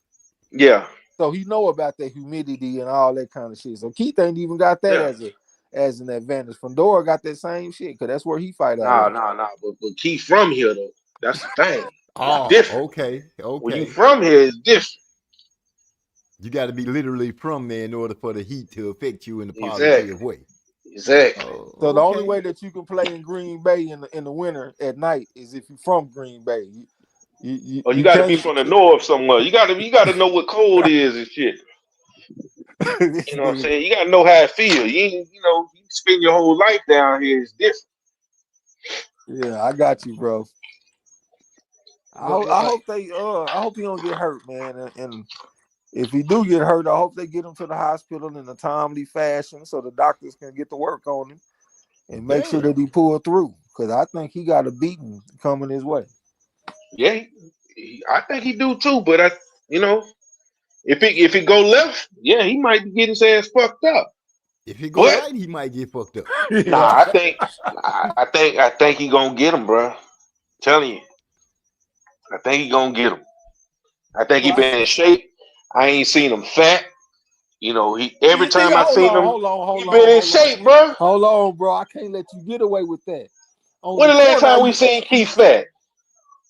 you can't say we ain't never seen it though. 'Cause I saw him with No, some no, titties not one not time. never. Yeah, I done seen him with titties. It done got that bad Yeah, before.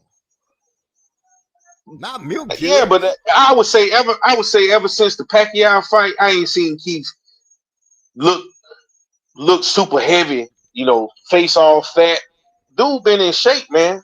I Well, how think he. often did we see him after the Pacquiao fight? I'm saying, yeah, it's once every 2-3 years or something like that. But with that type of layoff, you would expect to see him gain a lot of weight. You know, Let me ask y'all this right here. Let's say Crawford was to fight David Benavidez at 175. Who y'all would take?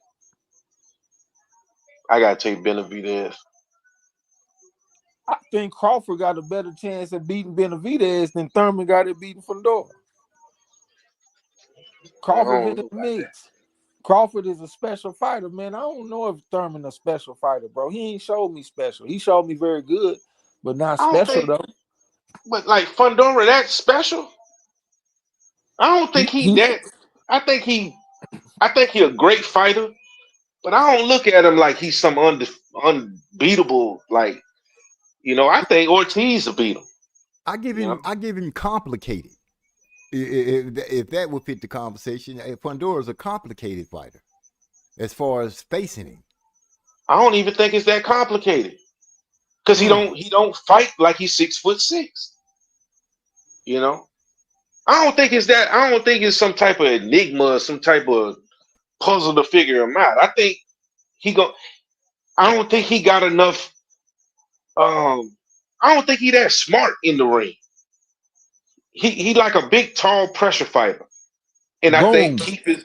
I think boom. Keith is That's what it smart is. enough. I think he's smart enough to lead him into some shit.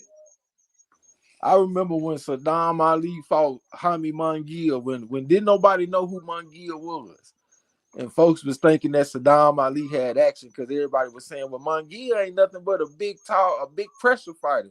And he like 6 foot tall, and they was fighting at 154. So for that weight class, he was very big.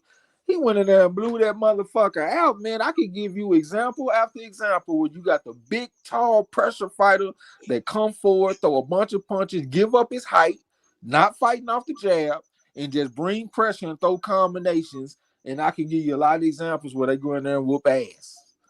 So it do not have to always be a textbook type of fight where they working off the jab, and it ain't got to be like that for them all the time. They can step to you with pressure and combinations and get the job done. I'm not saying it's impossible. We done literally seen a man get stopped before. You know what I'm saying? So it's not impossible, but I think it's a daunting task. And this version of Keith Thurman at 36, 37 years old, I'm just not sure about this shit here, man. Well, yes, to say I all I agree. know is I D'Lo agree. just he say D'Lo just told him in so many words, to bet the fight goes the distance. And then he hit you with Keith once upon a time. See, there you go with that bullshit. I don't think I could take the fight to go the distance, though. I mean, there are some things in place that I like to go the distance. For example, I got Southpaw versus Orthodox. Keith Thurman had 101-7 amateur record. Well, now 101-6. He was a 6-time national champion. He got the background that I like to go the distance. But the opponent that he in there with is a emergency fighter. You don't take emergency guys to go the distance. They go in there and knock motherfuckers out most of the time. So I got to go by stoppage. KO 9. And then when your boy get his ass whooped, bro, don't worry about it, man. You got your brothers here. We gonna pick Yeah, you I up when appreciate it, you're man. I down. appreciate it. I appreciate it, man. Just don't be crying like old boy was crying for Canelo. That's all I ask. Oh man, Canelo, Canelo, Canelo, bro. Yeah, just Damn. don't do that. He should be mad at whoever recorded that and put it out. How dare you put me on there crying like that? How you call the fight? How you calling the fight, MZ? How you see it going down? I see, honestly, I see Fundora coming out and he gonna use his jab. He's gonna use his jab. If Keith show any crack, he gonna step up the pressure because you asked if Fundora is a good finisher. He's like Trey said, he's not a one-punch finisher, but I have noticed that once he started getting the person hurt, those punches start coming more regular. And he don't just throw straight punches, he throws some hooks in there. He likes that uppercut. He likes that uppercut. So if Keith lets himself get into a position where he starts to look weak, Fundora gonna step on the gas. I don't see where or when Keith will be able to make a move and step on the gas on Fundora, unless he surprises us some kind of way and catch Fundora with a body shot that hurts him, or catch him with something that he one of those shots that he might overhand and catch him with a hook while he's in close. You know, his best thing is that jump move that he does, but will it work? I think that Keith finds himself trying to move around the ring, trying to stay off the ropes.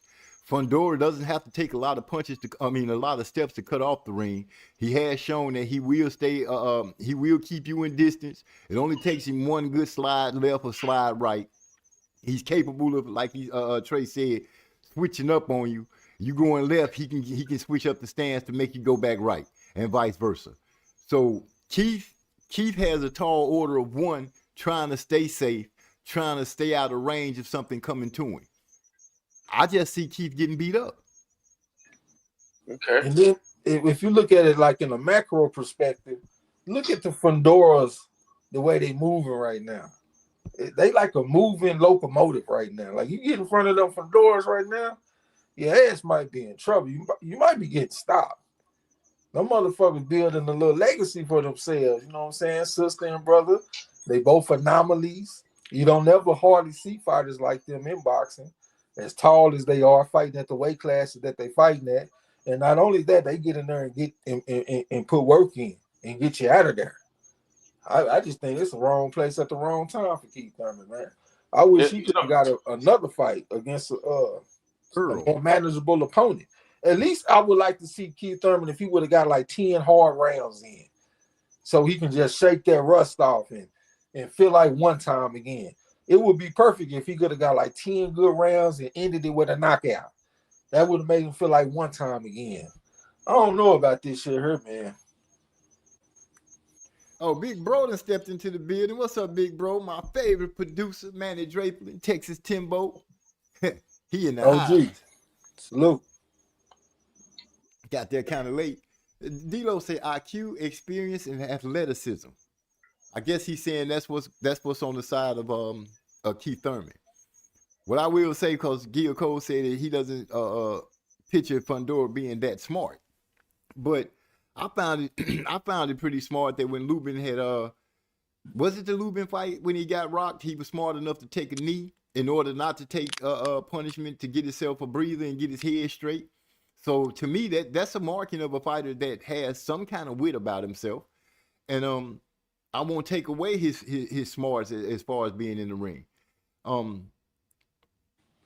We just gonna see what's going on. To me, it seems like he's picking up, he's learning, he's gotten better since the last fight. Who just popped out? Oh, that's Gil Cole. Gil Cole's he having issues out there with those crickets. Is trying to tell you something, man. No, I wanted to see what round that was for the Brock Jarvis fight. 3 over 2? Yeah, I think it was 3. Okay. I was kind of thinking 3, but I wasn't for really sure. Since Usyk and Bivol gave Crawford the standard bearer of the sports status, like my boy D-Lo coined, and let's say Crawford, his wit, his intelligence in the ring is an A+. And let's say that Usyk is an A-. And let's say that Bivol is like a 90, a 90 on the dot or some shit. You know what I'm saying? Okay. What would Keith Thurman be in comparison? A man that we all unanimously agree don't have the best defense and shit. Where does his mental fall? 85 to 87. That's pretty high. That's pretty high for a man don't have no defense besides his legs. That's why I said 85, 87. I was thinking B- like an 80 to 82. That was where I put him, but 87 is actually pretty damn good, I think. But I give him that because, like you said, he took some shots to the body. Pacquiao even hurt him to the body. He was smart enough to get on his bicycle and move around until the pain subsided. Then he was able to try to go back to work. Yeah, see, but it's my thing, though. How many fighters have we seen and really just outsmart? Like, when he beat Danny Garcia and he was beating Sean Ford, it's like he was biting down on this gum shield and fighting the motherfucker. He was sitting right in front of the Sean Ford at the time. They trading blows in that motherfucker. I didn't see him in there just really outsmarting him. I saw him using his athleticism, using his legs. I saw him using his ambushes where he jump in with them pot shots. He jump in with them hard hooks and all that kind of shit. But I didn't see no mental overload on Sean Porter, like what Crawford just did to Canelo, where he had that mental overload on the man. Or even Andre Ward when he had fought against Sergey Kovalev, he just put that overload on him. I ain't never seen that with Keith Thurman.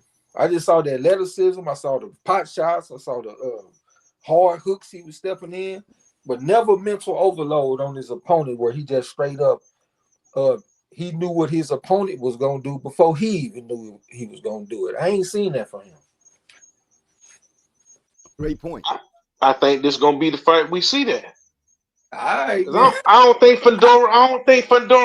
I don't think he that smart. You know, I think he fought Porter fight. You know, Porter. You know how Porter fight. He like a goddamn pit bull in that motherfucker.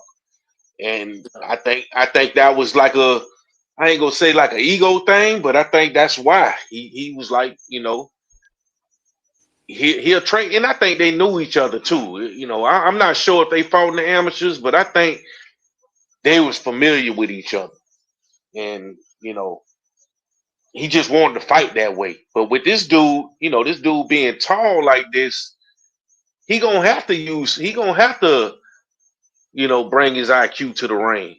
You know. That's why I think he gonna walk Fundora into some shit. I don't think Fundora that smart. You know, he gonna stand there and he gonna get caught. All right. Familiarity is a good thing, you know, facing Porter. But there is no familiarity with Fundora. Who can you think of that Keith faced to give him any inkling of a familiarity like that? Nobody. So what you're saying is this fight is going to show us Keith's IQ, his ring generalship, his craftiness. This fight right here, all of that. He gonna dig deep into his bag and show us something. Out of all the years that we watched that he's been fighting, and we've seen him fight, he gonna show us something new in this fight coming up. It's gonna be he gonna show why he a vet. Man, I He a hope vet they, because he been around for a long time. I hope he believe in themselves half as much as Gil Coles believes. Come on. Because Gil is believing in him. Jabanga 70 said Fundora is going to target Thurman's body after after the 6th round. Ooh, don't let him get him up against the ropes. Ooh, man. That's gonna be bad, man. Them uppercuts gonna come into play like you was talking about earlier. The body shots. Fundora, one of the rare, real tall guys that can punish you to the body. Thurman. Shit. Man, you gonna have to go on mute, bro. Yeah, my bad. My goddamn dog done ran across the street. God dang. That's what he trying to give you an inkling of Thurman what want Thurman all gonna the have smoke to do. right now. He You running go on across mute, the bro. street from you because he trying to tell you, man, you putting a lot on our back. And for the people who don't know, he got a dog named Thurman and another dog named Spence. But he loved Thurman so much that he named the dog after him. So that's why he said Thurman just ran across the street. Jabanga 70 said Keith is a part-time boxer at this point. And that's what I was saying. How the fuck a part-time boxer gonna beat a man that's been going through the ring and fighting tough men, Brian Mendoza and shit. Even though he got stopped, but I'm just saying he fighting Tim Zhu and all these type motherfuckers, Erickson Lubin and all of that. How you gonna come off the couch and beat that man?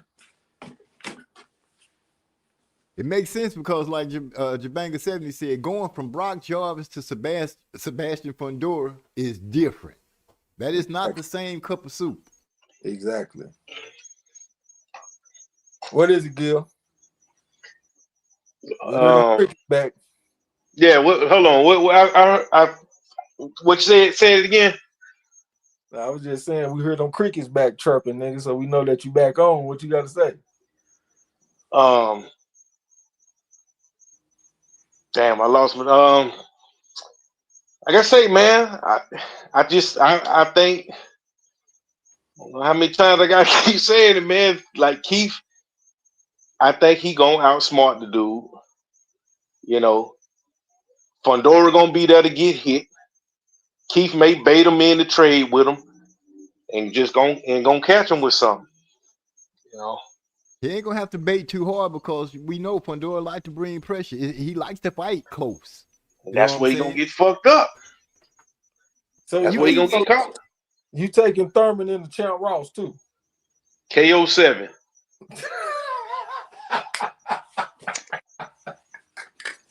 I almost feel sad that so many people was going against Thurman. I almost feel bad and want to say, you know what, Gil, I'm gonna help you out and try to, but I can't. No, it is sad because like what it is, that's a lot of goddamn crow I'm gonna have to serve up. You know what I'm saying? I'm gonna forget who all I gotta serve. You know what I'm saying? Jabanga, he kind of knew. You know, he new to the channel. You know what I'm saying? I don't know what sauce you want with your wings, bro. You want blue cheese, ranch? Like what you want? Like, you know, we gonna keep been eating them boiled peanuts. Yeah, I'm on that crown too, so like I'm just, you know, but I don't know, man. I want to see Keith do some shit. You know what I'm saying? Hopefully he get it done. You know, and I give him credit for taking a fight like this. You know, I don't know. Like when I first heard about it, I was like, God damn, they throwing his ass to the wolves. You know what I'm saying? But hey, he signed up for it. The goddamn belt. He was supposed to fight Tim Zhu. You know, so he got to go this route. You know what I mean? So I still think he can get it. You know what I mean? So he gonna get it all right. What they say about your first mind? Your first mind is your best mind, right? And your first thought was they done threw this man to the wolves. He about to get fucked up. So let's go ahead and stay with our first mind, man, because that be right most of the time. But for him to take the fight though, and not just say nah, because he could have said nah. You know, he could have been like, you know, he could have said nah, I don't want to fight this dude. You know, but shit, he took the fight. He ain't got so no I think he ready. He ain't got no leverage to be making no demands. If he want to fight at a top high level, he got to get in where he fit in. And this was his opportunity right here. He about to go in there and get fucked up, man. He ain't take this fight because he sees something in him, and he about to go in there and exploit something. And man, this man need a check. He needs something to take home the baby. The bills need to be paid. The kids need to be fed. We got Christmas coming up soon, nigga. We got Christmas presents we need to buy. Nigga, this was a pragmatic decision. This was not a decision based on legacy. This legacy needs to be defined, bro. You know what I'm saying? This was a decision based on necessity, not legend, not not your resume. Man, Al Heyman advised that man to take this fight. What'd you say? I said Al Heyman advised that man to take this fight. He need a new flute because his flutes is all messed up. He got to buy him a new flute too. Don't forget that, Trey. Yeah. He said they all messed up. He need a new one. He said the dog done chewed him up and shit. This fight finna be on Amazon, right? I think it is an Amazon Prime fight. Yeah, I'm buying that fight. So everybody get your pay-per-view money together, you know what I'm saying? Support the fight. Shout out to Al. 5 on it. What you say, DeCan? You got 5 on it. Yeah, I got 5 on it. On the fight? Yeah, on the fight. Yeah. On purchase. I ain't spending no pay-per-view money. No, on purchase. I ain't finna spend no $80 for that shit. Yeah. I thought you were trying to bet Gil $5 and just make a light on him so he ain't take his whole bankroll. Nah, I put at least 100 on Fundora. Nah, he don't believe in him that much. Who? You. He said he'll bet $1. Then you want to bet 100. We can do that. We can do that. Look, put it like this: whoever wins, just send it to the channel.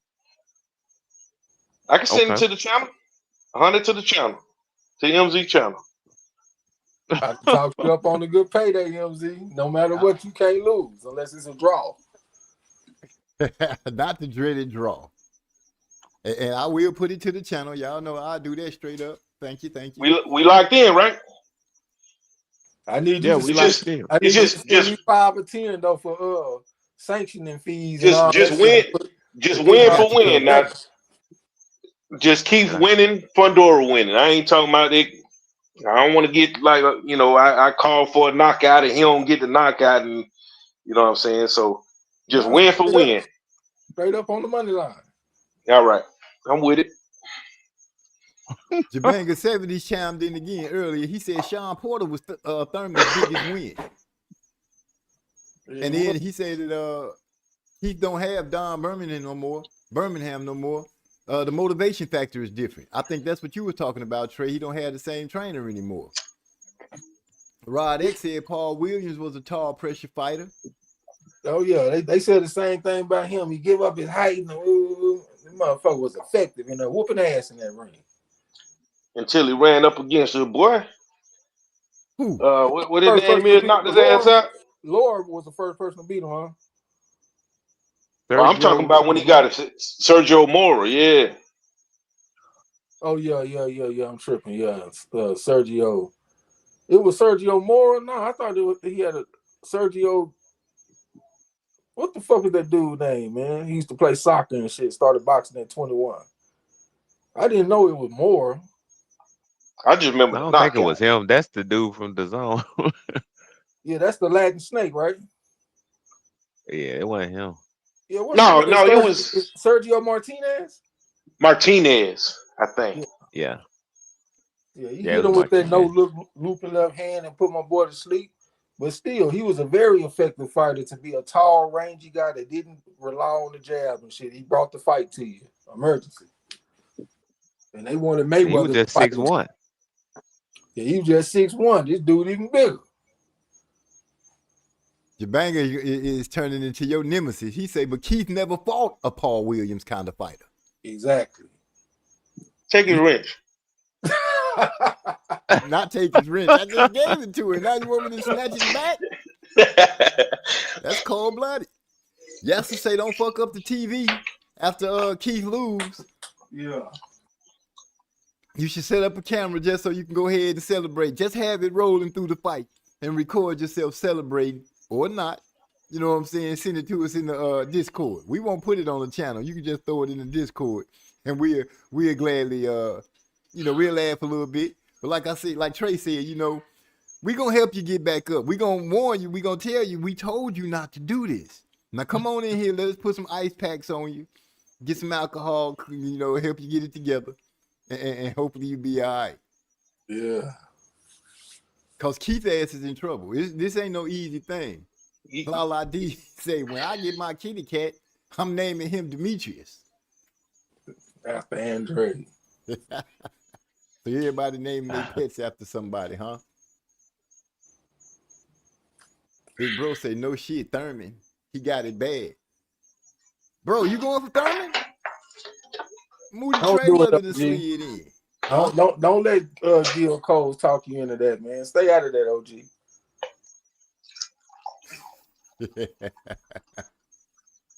Moody Trayweather say, "Oh, you got somebody riding with you." He say Thurman might have the IQ for this fight. Man, I was just about. That's my dog.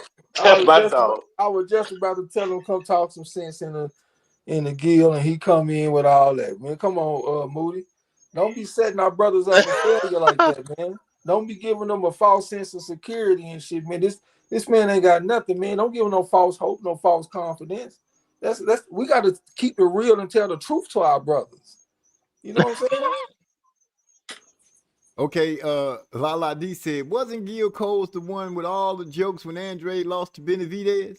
I'm getting his ass back if Thurman loses. And she got that dry, funny humor. Yeah. And she backdoored and say, what if somebody gets cheated in the Thurman fight? The bet's still on? It depends. No, win is a win, man. No, win is a win, bro. Win is a win. Ski mask. So you already admitting, bro. Thurman gonna have to cheat to win. He just assumed it was gonna be Thurman. Who do the politics favor? Fundora. I think so too. I thought it would be Thurman on PBC. Yeah, but ain't Fundora PBC too? Mm-hmm. Yeah, but he ain't. But he young. Is he tied to the PBC like that? Okay. But he young. He Mexican. He come forward. He throw a lot of punches. He hardly ever in a bad fight. He marketable in that way. He was fresh on the scene right now, man. I would have to say that Fundora got the politics behind him. That's what I think. So I'm gonna say that. Yeah. I'm gonna say it's gonna favor Fundora, I think. I'm gonna say the only thing that you can that Gil can rest his head up on is saying Fundora getting ready to go to college, and that might be the factor that get him his loss if he ain't 100% on this boxing thing no more. That's the only thing I can think of. No, I think I think Fundora. I don't think he. I think he's head in the game. As far as boxing. But I just don't think he. I think he could be with some more experience. I think he'll be a much better fighter. I think Keith's experience is gonna show. I would truly be shocked and impressed if this man makes this even competitive coming down the stretch. I would be shocked and impressed. He'll probably be what he with this win. He should be in top 10 pound for pound, bro. Wait, what? No. What? Why not? Fundora a champ. Yeah, he a champ, but you want to spring him to top 10? Yeah. You can't give a nigga like Gil Cole. Who all in top 10 right now? Not Thurman. Oh, I'm talking about Fundora. Fundora ain't in the top 10 right now? No. And a win over Fundora? The books are still being wrote for Fundora right now. The pages are they still got wet ink on them. So, he hasn't really chewed up the kind of opponents like that. Lubin, is my opinion his best name. That's the best scalp he got. And it's hard to be on the pound for pound list and you've been stopped and haven't got revenge for the stoppage yet. I don't know of any other pound for pound fighters, especially currently, that have been stopped. Dude, Fundora, he got 2 belts, don't he? Yeah, I think he unified. Yeah, he unified now, if I'm remembering And I correctly. think one of them vacant. And there's what's that other dude at 54? I think it's one more person got a belt, don't? Was it Bak? I don't know if it's Bakram. Yeah, I think Murder Aziz got one, don't he? For beating Yeah, TMZ. I think so. Yeah, I think he won his first belt in that fight. So Bakram up next, huh? Moody Trey It's a Weather say, bunch my of dudes bad. at 154 that'll beat the brakes off Keith Thurman. Out with the old, in with the new. Grab business. If he fought a Bass Barber or something, I think he'll get whooped. Even if he fought Yoenis Tellez, I think he'll whoop him too. He might can whoop Charles Tez can beat Conway. him? Huh? You think Tez can beat Thurman? I think he can, bro. This is the older version of Thurman. Tellez is bigger than him. He got a deep background coming from Cuba. I know he just lost the fight, but he lost to a fucking 4.5 bad motherfucker that went to the AIBA World Championships and medal. So that's why I knew he had action. But that ain't Keith Thurman. Keith Thurman 3.5. And I know that's the floor of the greatness, so I ain't gonna knock him for that, but he ain't on that same international level. He done had a good professional career, but if we look into his recent history, it's lacking in activity, it's lacking in top level competition. He just ain't he ain't ready for this moment, in my opinion. Like as far as what he been doing lately, I don't think that's preparing him for what he's about to go in the ring against.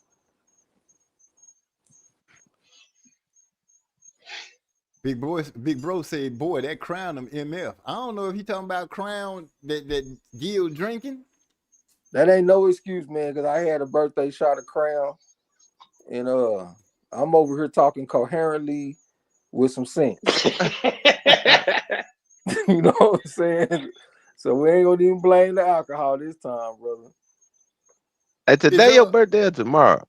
It's Today, today. October the 4th. Oh shit. I Yeah, thought happy it was the birthday, 5th. My bro. bad. Happy birthday, man.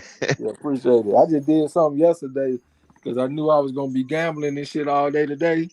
So I just said fuck it and just had a little fun yesterday. I done actually had 2 shots of Crown. I had a double shot of Crown when I had went out to eat. That motherfucker charged me like $14 for each one of them, and I got 2 of them because the first one was small. I'm like, that's a fucking double shot. So I drunk that, then I drunk another one, and then they charged me like $28 for that shit. I'm like, man, I will never order no alcohol at a fucking restaurant again. You know Yeah, what I'm saying? you get a whole bottle of Yeah. that shit for $25. That's Yeah, I what was I'm just saying. gonna They say, taxed ain't the that a hell out of bottle me. price?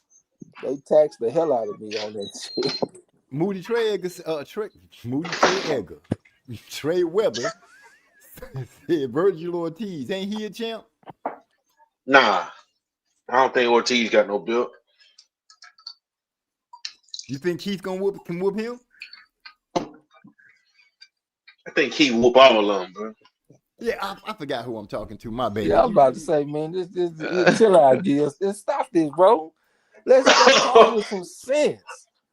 You really think Keith Thurman will beat Virgil Ortiz right now? Think so, bro. What fight Hey, that was? Who that was? He had a fight with real close. Looked like he got looked like dude got robbed. Dude got robbed. Oh, you must be talking about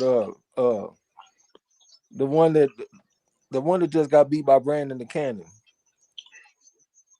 Yeah, The Eastern European. yeah. I You forgot talking what about fight that was. Bogachuk. Yeah, Sergey Bohachuk. Boachuk is who you talking about. Yeah. Big bro say alcohol costs more than a meal in the restaurant, Trey. Oh yeah. They taxed the hell out of me on that, man. I don't be drinking like that. You know what I'm saying? Y'all don't never hear me talking about no alcohol. So I ain't know they were gonna hit me like that shit. I confidently told them to bring me another one. And then when it was time to get the bill and I got to doing the math in my head about how much the meals cost and shit. I'm like, man, I know these 2 drinks was half the meat, the ticket. The damn food didn't cost that much. So yeah, I learned my lesson on that. But it's all good. You know, birthday don't come around but one time a year and all that shit. So it's all good, man. I had some fun. I had went to the bathroom and she gonna tell the motherfuckers it's my birthday, so they surround my table and sing happy birthday and all this wild shit. But yeah, it was cool though. That's your old lady. Nah, that ain't my old. Well, I ain't gonna say that, man. It's complicated, but we done had a back and forth relationship for a pretty long time. You know what I'm saying? But I wouldn't just sit up here and say that's just my Okay. straight old lady, though. You know what I mean? But she definitely down though. A very cool person, that's for damn sure. But I ain't gonna say Yeah. she my old lady though. But she definitely cool. Okay. Well, glad you here for it. That man said he confidently.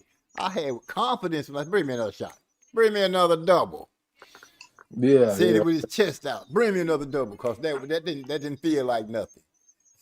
He yeah, looked at the price and said, "God damn." yeah. They taxed me on that shit, but it's all good though. Big bro said happy birthday to you. Appreciate that, OG. 41, man. Yeah, you finally out the stroller now. Yeah. I'm OG status now. You know what I'm saying? That is. Cause I'm, last time I told you that you like, I ain't no OG. They talking to you. So okay, that's how we doing. shit, I'm past 40, man. I'm OG now, man. I'm down there unk status. Now, Yeah. youngsters gonna start. What's up, OG? I What's up, already got the OG? gray and shit. You know what I'm saying? Yeah, some of us a little more than others. Yeah, I'm heavy on the gray. That shit run in my family. Shit, I had cousins that had gray hair at 10. So shit, Damn. yeah, I'm gray as hell, and I ain't dying shit either. And besides, the women say they like it. Yeah, that's right. Wear it with pride. Wear it with He pride. about to be out here like Leonard Ellerby. Yeah, all white. I still wouldn't die, nigga. I rock that shit all white, looking godly. You know what I'm saying? That's right. La D said happy birthday too, bro. Yeah, appreciate it. Appreciate Yasser say, fuck that, Trey. Unk status starts at 45 or something. You ain't quite there yet. All right, so I got a few more years. It's all good. We gonna get there though. Yeah, you trucking right along. Trucking right along. Man, I feel bad for Keith, man. I feel bad for him. It almost made me sad that I had to say. Well, we already know Gil Cole. I haven't seen anybody else pick Fundora. I seen D-Lo kind of toddling left and right. He kind of on the fence, kind of making it seem like he won't keep the win, but he keeps saying logically it makes more sense that Fundora gonna come away with the win. Moody Treyweather sends out a happy birthday to you. Appreciate that, bro. For sure. DeCane, Yeah. you might as well. What's the word I'm looking for here? You know, go ahead and give Gil a little hope, man. You know, I know you see something good that Keith can do other than use his legs and talk. Other than talking better at the press conference and using his legs, it's got to be something that you have seen in your infinite wisdom that Keith might be able to pull off. Look, my boxing wisdom is not infinite, brother. I don't see nothing. Maybe we gotta holler at Joseph Brown. He be a person that'll come out of left field with a little strategy or something from time to time. Maybe he got enough creativity that he can make up a strategy for the man. But we see what kind of strategy D-Lo was bringing up when you told him, come in here and let us know. D-Lo straight disappeared. He Yeah. ain't even talk no more in the chat. He just said, I, I'm going to leave that alone totally. if Keith was creative, he would have beat Pacquiao. Yeah. I gotta agree with you on that. What say you to that, Gil? Keith lost by a split decision, bro. That is true. Even though he got knocked down, he still earned a split decision. So I guess we got to give him a little credit for that. He was a little He got off knocked down balance. because he was pulling back. Pulling straight back. Yeah, And that's this is y'all high IQ fighter pulling straight back, getting dropped by a midget. With T-Rex arms. Don't forget that. Those are his words, right? Exactly. Look like your boy Keith is guilty of receiving loss number 2. Even though it ain't here yet, I'm going to go ahead and hit the gavel and say, I believe that this man will come out of this fight with a loss. Now, whether his corner calls it off or Fundora puts enough pressure on him where look, I don't see this man going all the way. If he goes all the way, I'll be totally surprised. And it'll give you some points, Gil, to say that Fundora couldn't stop him. But I see Keith getting beat up, man. At some point, I believe Keith is going to get caught up against the ropes a couple of times in the fight. You sound like that's going to happen. Robert Townsend and 5 Heartbeats. Talking about I believe. You know that song they were singing? Him and his sister, I think it was. Oh, yeah. The one when they was in the bedroom, he was pulling all the different papers out and giving them to her. Yeah, I believe in you. You believe in me and all that shit. This ain't what this is, man. This motherfucker Keith Thurman better get his ass retired. That's what I think. I think this is gonna be the last we gonna see of Keith Thurman after this fight.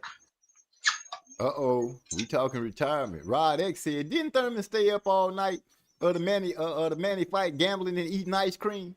And Adrian Broner of all people had to talk some sense into him and tell him to go to bed. He got to fight the next day.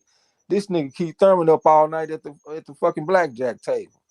He's so wild and thrown off this night that Adrian Broner had to be the voice of reason and tell him to go to bed, champ. You got to fight tomorrow. Let that sink in. AB of all people. That's your high IQ fighter, a motherfucker that Adrian Broner got to tell him to go to bed so he can fight tomorrow. And Adrian probably was there throwing the dice with him and getting messed up. And say, hey, man, don't you gotta fight tomorrow? Yeah. Shouldn't you be in the bed right about now? I can understand me doing this because this me, but this ain't you. There ain't nothing he can do with me. Little T-Rex arms, he gonna be making the little gestures with his arms, talking crazy. He a midget, he too short. He can't do nothing with me one time. Went out there and knocked one time on his ass because he pulls straight back. And I don't think he's fixed that problem. And I think that's going to get him in trouble with Fundora. If Fundora drops him once, he'll drop him twice. I think if Fundora drops him, he definitely going to get him out of there. Y'all know y'all ain't going to hear the end of this shit if Keith win, right? Yeah, but I will tell you this. You will hear the end of it if he lose.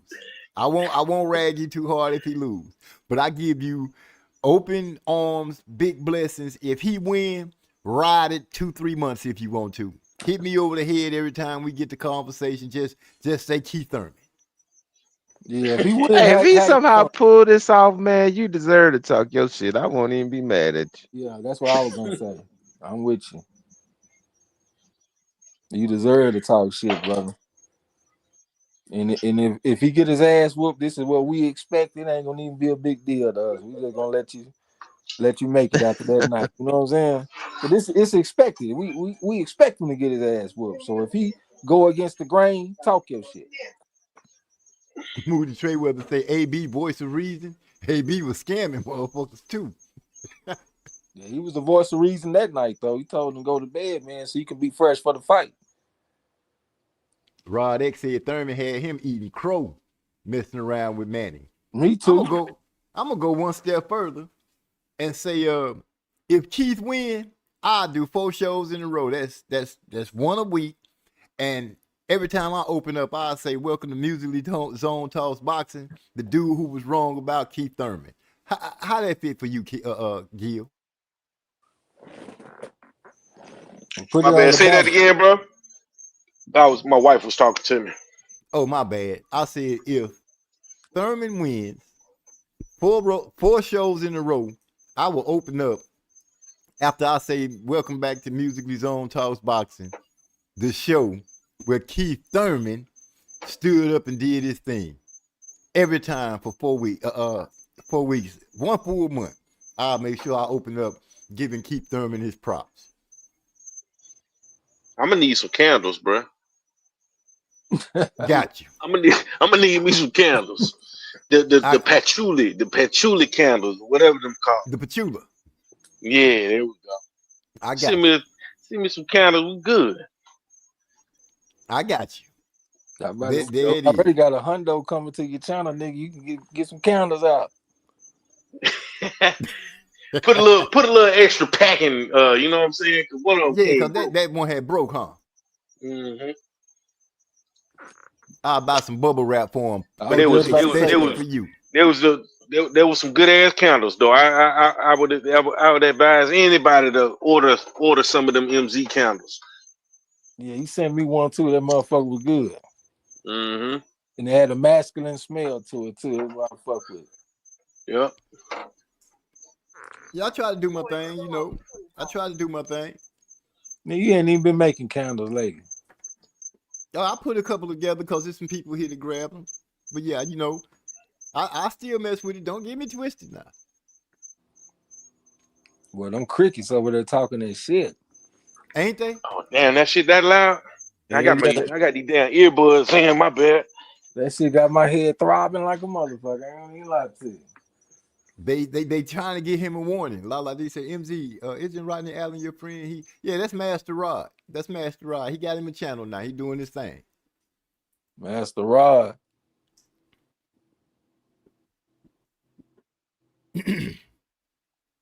Oh, the crickets are gone. That's Oh, because he he been on muted mute. himself. Yeah. What some other fights coming up? He said, "Let's get off Keith Thurman, man." Yeah, because I mean, after Keith win, like what's next? What's next after Keith win? You know what I'm Well, I saying? see they got Rolly lined up against Manny Pacquiao. Oh, that fight real? From what I'm understanding, is supposed to be coming closer together. Haven't really got a full wording on it yet, but it's possible. I want to see what this surprise that they got that Terrence Crawford and Turkey was talking about. I want to see what this surprise is, but Turkey said he's gonna let Crawford rest for a couple of months, and then we'll get hit with something. I want to know what the surprise is. I'm man dead to see what's gonna go down with Crawford. Um, who else? Let me see. Let me pull this back up real quick. I don't know how I got out of there. What ain't Hamza Shiraz 168? Yeah. Yeah, Man, I I see him fighting him. I you don't know see if the who? next fight, but he got what? He got a 2-3 fight deal. God damn, I didn't even think about that one, man. That That is might be. good observation. That's an outstanding observation. Because they've been wanting to get this dude a crack at the title, and now he got Crawford right there at 168, and Crawford said he want to keep fighting, and that's somebody that's close to Turkey as far as Hamza Saraz, his Muslim brother. You know what I'm saying? That's a great observation, man. I might bet my money that the surprise is Hamza Saraz. Wow, I didn't even think about that. I didn't either. Does he got a Wow. title? Nah, No, he want to he fight would for be the getting a title. chance to fight for the title against Crawford. Yeah, Crawford got all the titles. He undisputed at 168. Okay. Well, I don't know But I don't because know what that would do for Crawford. What Crawford might feel like that would do for his legacy, though. I don't know, man. I think that's a. I owe you. You know, you owe me one type of fight I for was thinking that shit Turkey. too for Turkey. Yep, I was thinking the same thing. He may give him like a. You know what I'm saying? I ain't gonna say an easy fight for Bud, but um, yeah, I don't know who, like another fight that would be like a payday or some shit like that. But I think Shiraz is gonna be on that list. You know, I'm willing to throw out. I'm really willing to throw this out. Shiraz would be a good name, and I wouldn't be surprised if they don't get Benavidez. They don't try to be talking him into coming down. One more again. Those are two names that I'm willing to bet that Turkey might try to throw out there. I really wish That's crazy. Crawford to go and get his ass out of 168. Like you went up there, you proved your point, you done your thing. Now go and get up out of there. You won't be hanging around with Hansel Saras and Diego Pacheco and all these motherfuckers. Ain't going back down to 160 or something. We hanging around at 168 for him. Maybe he want to defend his title, and that is admirable. I respect that. But bro, these motherfuckers big up here. Canelo was small. That's why you want to fight him. These motherfuckers 6 foot tall or better. Shiraz and Pacheco and all these dudes. Yeah, man, go on, get out the way, Crawford. Go on back down to 160 or 154 or something, or retire. Yes. And just get out. Shiraz 6'3". Yeah, these big motherfuckers up here, bro. They ain't Canelo size. So let's go ahead and just get out the way of that shit, man. You made history. You done your thing. And like you said, legacy-wise, there's nothing left for him legacy-wise at that division. He got all the belts already. So just go and let them have that shit. Vacate them belts and go on back down to 160 or something and get you another undisputed if you really hungry for more accolades. But I don't see nothing waiting at 168 but a loss. Because these boys is big up here. They ain't like Canelo, man. These motherfuckers 6'3" and shit, like you just said.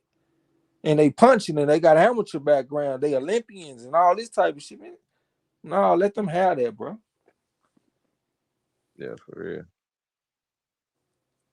I would feel better if he fought Bivol at 168 because I know that he'll be weakened a little bit coming down from 175. That's why I would say that. But yeah, I just don't see nothing waiting but a loss. And you already 38. These guys are young. They in their 20s. They in their mid-20s and shit, a lot of them. They ain't even in their 30s. You damn near 40. And they got the size advantage over you and all that. Like, nah, man, let them have that, brother.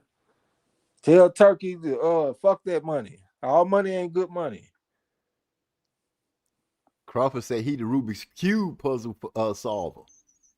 I understand that, but y'all feel me though. Y'all understand where I'm coming from. I got the perfect fight for Bud. Just like not a real dangerous fight, but I think it'll be a big money fight. Motherfucking Andre Ward. What if Andre Ward came back? Andre Ward said he'll come back for Joshua. Anthony Joshua. That's who he said he would come back for. I don't even see them entertaining the fact of him fighting Bud. I do not see him or Bud entertaining that fact that at all. Me neither, because they friends. They friends. They hang out and fuck around and play around and spar. And I think it'd be hard for them to get up for a fight like that, bro. That'd be like him fighting Shakur. You really think he'll get up for that? No.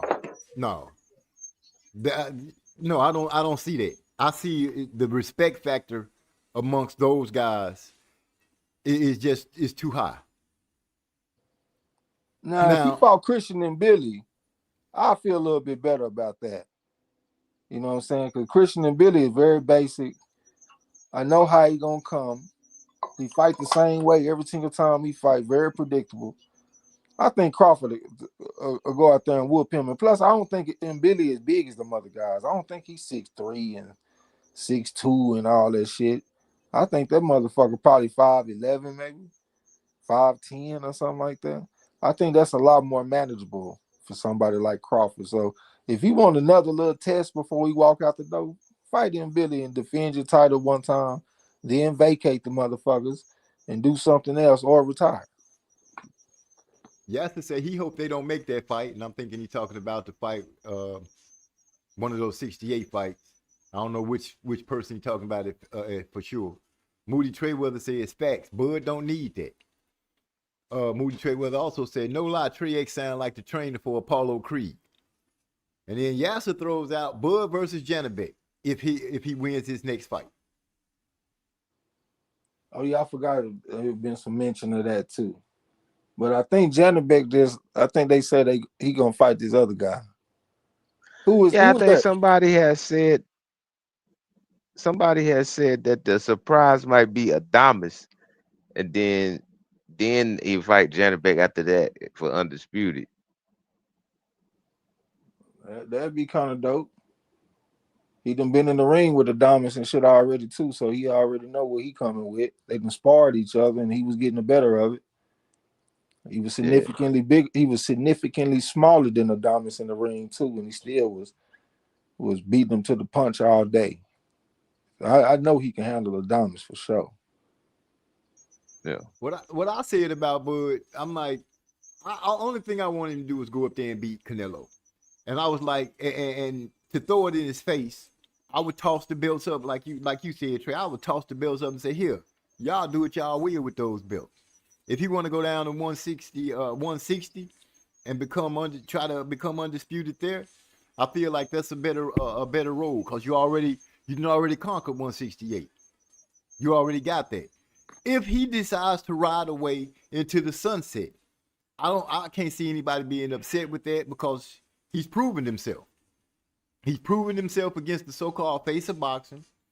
He beat the man that everybody was like he was scared to fight. You know, they was disappointed for him to fight, and that was Earl Spence. You know, he didn't wipe the competition that he needed to wipe away. He got his hands on Sean Porter. Got rid of Amir Khan, got rid of Kell Brook. Danny Garcia didn't even show face for that. You know, the names that people was throwing out at the time, he's done with. He's dealt with. I feel like, you know, calling for him to fight something, you know, I don't even want to hear anybody say that he should fight Benavidez. I really wasn't too interested in a Benavidez fight for the simple reason, you know, you screaming for him now, not saying us, people, you know, other so-called fans screaming for Benavidez now, and that's only because Canelo lost. They weren't screaming for him to fight Canelo. So you know, as far as I'm concerned, Bud can pick and fight whoever the hell he wants to right now. He earned it.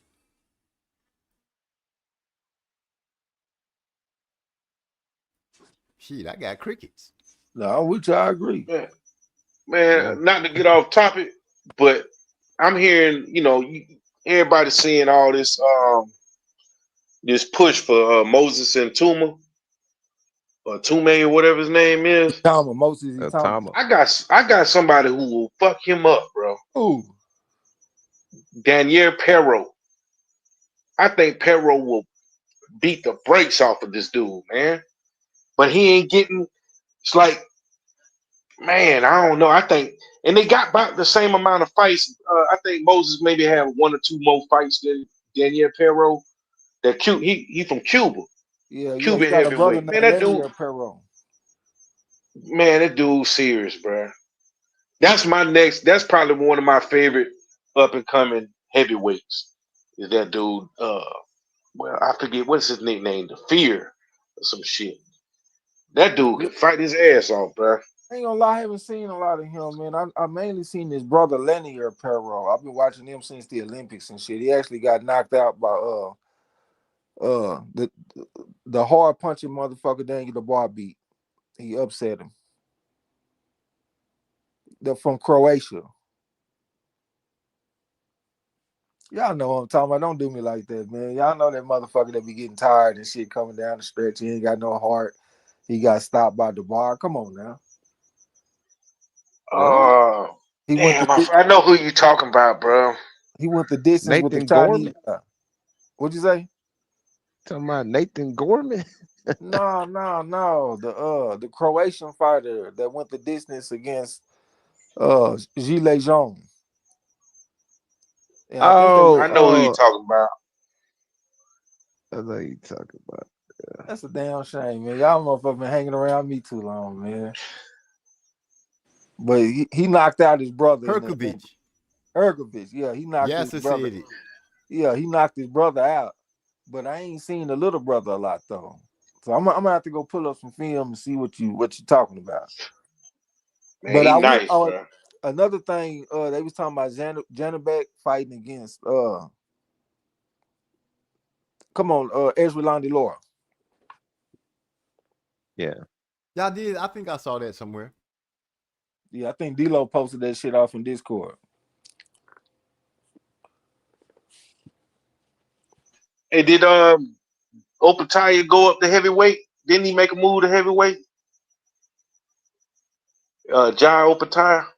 I don't think so. I thought I seen that shit somewhere. No, I forgot. Maybe I missed it or something. I ain't know nothing about that. I'm gonna have to jump off though, man. My shit in the red and it creeping down to the end. I was already low before I even got on. You know what I'm saying? Let me see how much percentage I got. Yeah, I'm What down y'all at think? 5. So I'm Oh, gonna have to okay, get off the shit. panel, man. Salute to you, man. Appreciate you letting me get on the panel. Salute to everybody out in the chat. I'm gonna be listening. All right, Treds. Yeah. All right, bro. Happy birthday once again to you. What's up with Boots? You know, what y'all think about Boots? And his dad not really agreeing on Terrence Crawford. What you mean not agreeing? Well, you know, when you listen to his dad talk, his dad is like, you know, Crawford is, you know, pretty much it. You know, Crawford is on top of his game. Boots is like, Yeah. you know, not really feeling it. You know, he's not really feeling it. Yeah, I I think his think, daddy know boxing better than he do. well, I'm pretty sure that, you know, but the conversation is coming up because the people out here in a lot of different channels are steady screaming Boots, Boots, Boots. And I think at this point right now, it could be a decent fight, but I'll give Crawford the hands over Boots. But Boots could surprise, but I doubt it. Man, Boots ain't gonna do shit, man. Does he even have a fight coming up? Yeah, he got a fight coming up Yeah, with some fighting tune some up. dude named Yeah, Lima or something like that. Oh, with all that conversation, and he ended up Knight Apeta fighting Billam Smith. Is that a fight coming up? Who? Opeta? Ah, shoot. And Billam oh, Smith? Pattaya. Battaya and Billam Smith? I Give didn't me a know about second. No, that. Yassa said, isn't that coming up? I didn't know about that fight. me either. I could have swore I seen Jai Opataya moving up. But shit, I don't know. BoxRec said he finna fight somebody named Sin Cara or something. Opatai finna fight Hussein Sin Cara Here we sit in December. in December. Oh, that's Yeah, that's a couple of months away. The only fight that's yeah, I'm gonna close see. is Keith and oh wait. We got Devin and whatchamacallit should be getting ready to come around the corner pretty soon, right? Brian Yeah, Norman, that's man, don't forget my November. Atlanta brother name. When is that? November 14th. November. Okay, that's next month. Mhm. Who you Yes, going with, D or sir. Cole? Man, I'm going with Norman, bro. Help you I get that think taste Norman out go. your mouth for Keith. And maybe you can pick something different with Norman and Devin. I think Norman got this fight, bro. I think he gonna Right. hurt Devin. Mm. All I can say is last time we seen Devin was with who? Ryan Garcia. Nah, Ramirez. Ramirez. He fought Yeah, Ramirez. Maria Red. Yeah, Oh, that was the Maria fight that he Red. was on his bicycle, huh? yeah. Yeah, Seemed like he Might was be a a little little nervous gunshot. too. Yeah, I was just about to say, it looked like he was a little nervous to engage. Yasser said he same got card where Norman Rolly beat in Garcia. 9.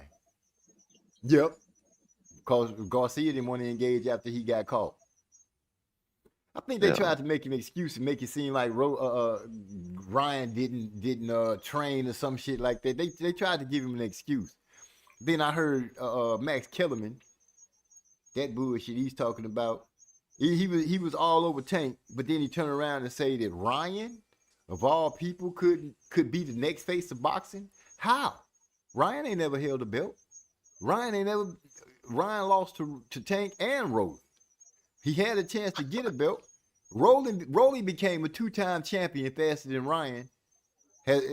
Ryan, like I said, Ryan ain't been a champ. Man, Rolly kept that. Rolly fought a smart ass fight against Ryan though, man. I give Rolly more credit than Ryan not be having his head in the game and everything, because Rolly took that fucking left hook away from him by keeping that jab just in his face. You know, Big Bro say Norman like, gonna whoop that boy.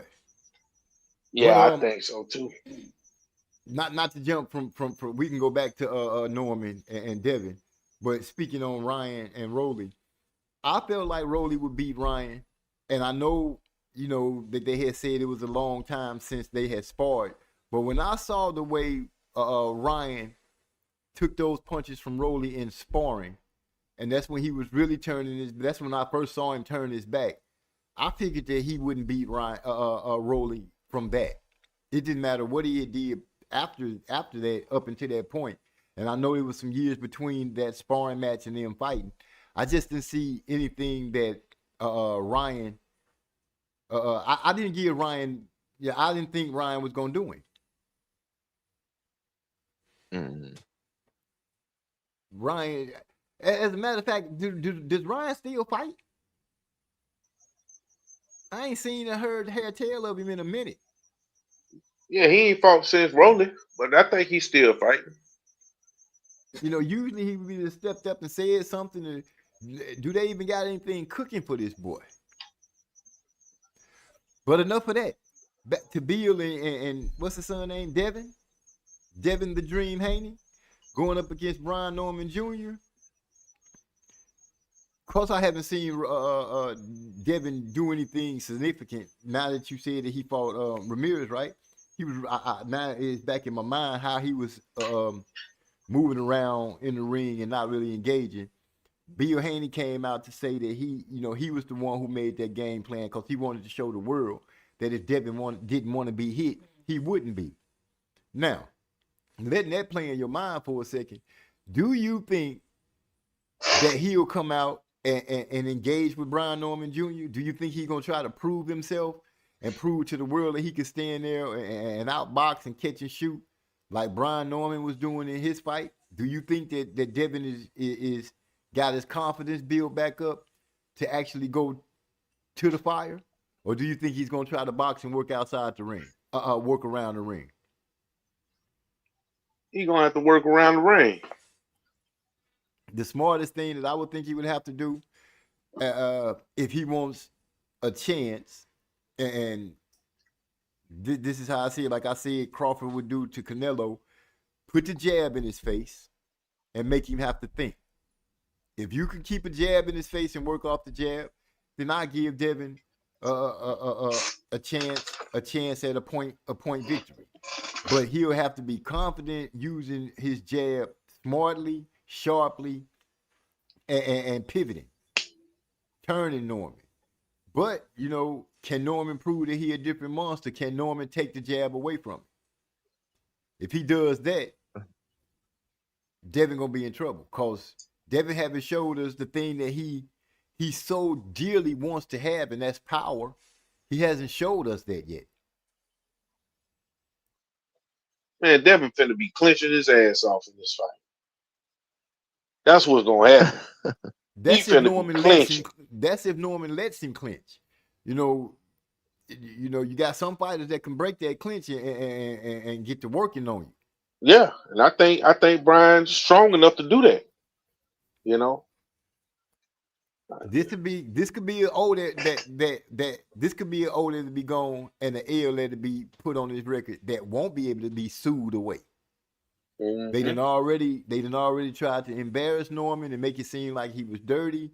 All these kind of things, talking about he need to sign up for the drug testing way back whenever they was making all that noise.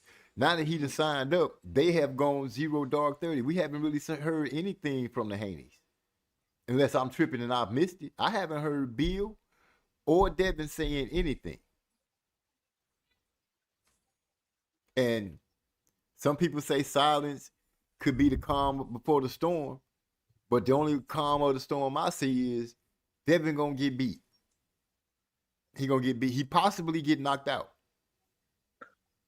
Damn, y'all ain't got no faith in Devin, huh?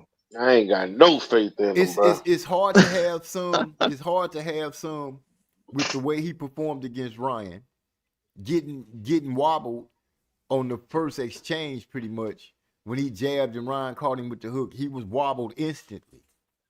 Well, see, what's his face? Ain't no southpaw. That's Ryan caught him with that because he is southpaw, and he said that made him realize he done got too soft and started getting comfortable in his position. So he back on his work hard game again. So I don't know. We might see a different Devin. I think it's possible because he did get humiliated in front of the world. So yeah, he got we might see humiliated it in front of the world, but his return wasn't something that looked like that he had went and gained up.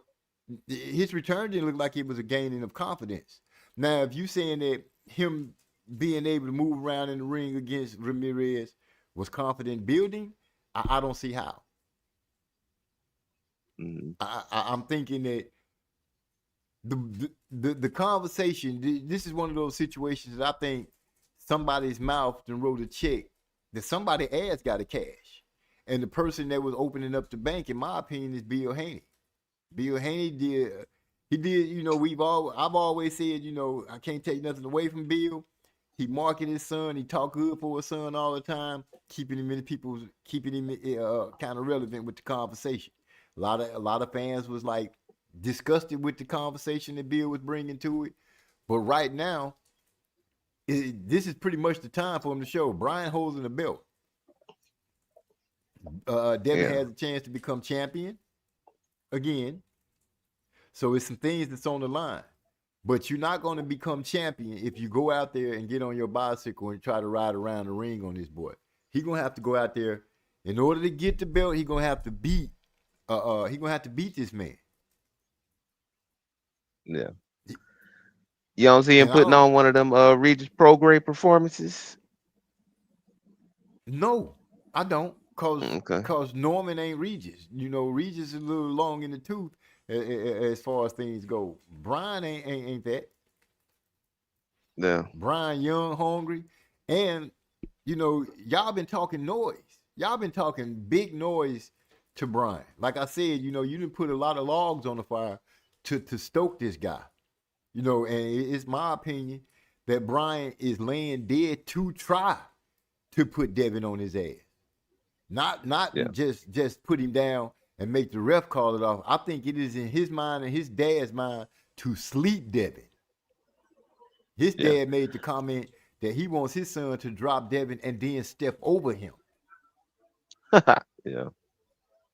So look, I'm riding with my ATL brother. I just didn't expect y'all to be riding with me. Why would you say that? I don't know. I just expected everybody to be riding with Haney. I can't say that I can just ride with Haney.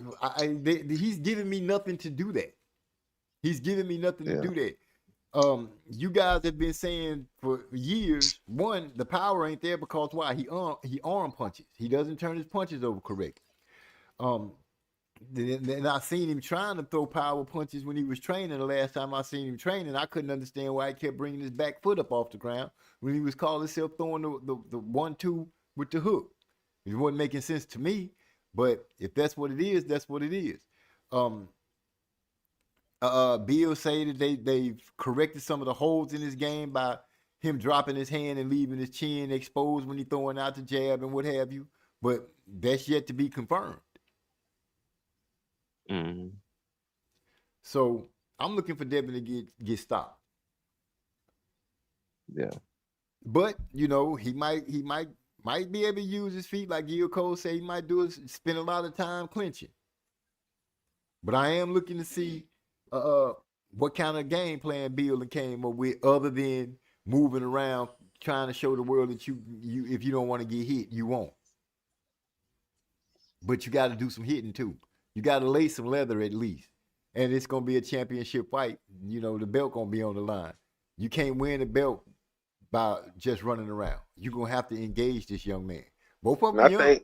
I think Brian got better foot. You know, I think he got better foot movement than people give him credit for. I think he's gonna be able to cut the ring off if Devin try to run around. You know, Yeah.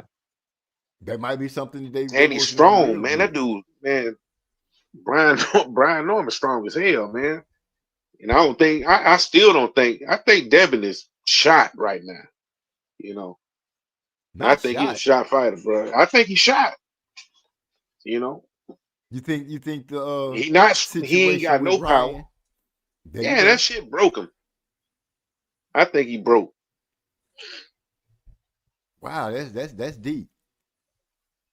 That's deep. I'm still looking to see, this if there is a time to show, if there's a time to show that you can bounce back, this is the fight to show it. Rod X said, I ain't the biggest Haney fan, but the young man will fight anyone. He'll get out there,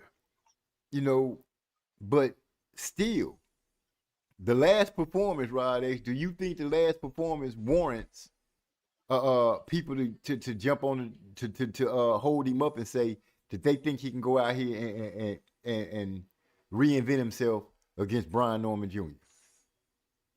That's really what he has to do right now. He has to go out there and reestablish the fact that he is who they claiming he is.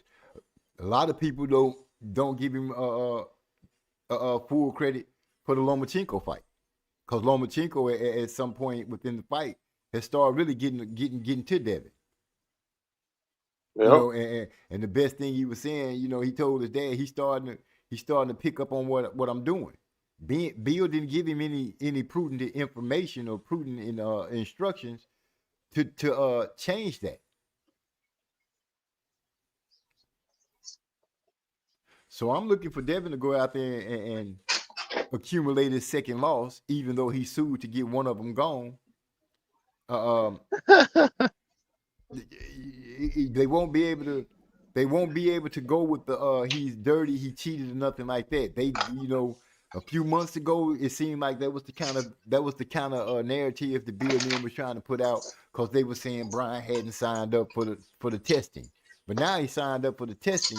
He's taking that narrative off the table, and now it's about to be, you got to come skill for skill. All the talking is out the window. You're gonna have to really come up with a game plan and be able to execute that game plan in order to pull off a victory against Brian Norman Jr. And if it's my belief that Brian Norman Jr. and his dad is really sitting over there rubbing their hands, licking their chops, and got the heavy bag with a picture of Devin face on it, beating the hell out of it, because that's what they want to do to this boy. But time will tell. Time will tell. Yes. Pretty soon, man, I'm gonna be riding through. Oh, I believe Haney picked one of the worst opponents he could have picked. There was a lot of other directions he could have went. Well, that's why I said sometimes, this is one of those situations where they say, your mouth and wrote a check that your ass can't cash. Pride could be one of the reasons, what I'm saying? I really don't know what Bills, or maybe they see something that we don't see. But in order to see something that you don't see, your fighter has to be one of those kind of guys that you can say that you believe he can pull something off. Right now, out of you guys that's on here with me, which one of y'all think that Devin has something to make you say, you know what, that right there might make me think he can pull something off? Well, it's the fact that he's willing to fight a negative fight and be real cautious. Okay. I feel you on that. But that ain't enough. That ain't enough. There's a lot of people that's willing to fight a negative fight, go out there and get the brakes beat off of them.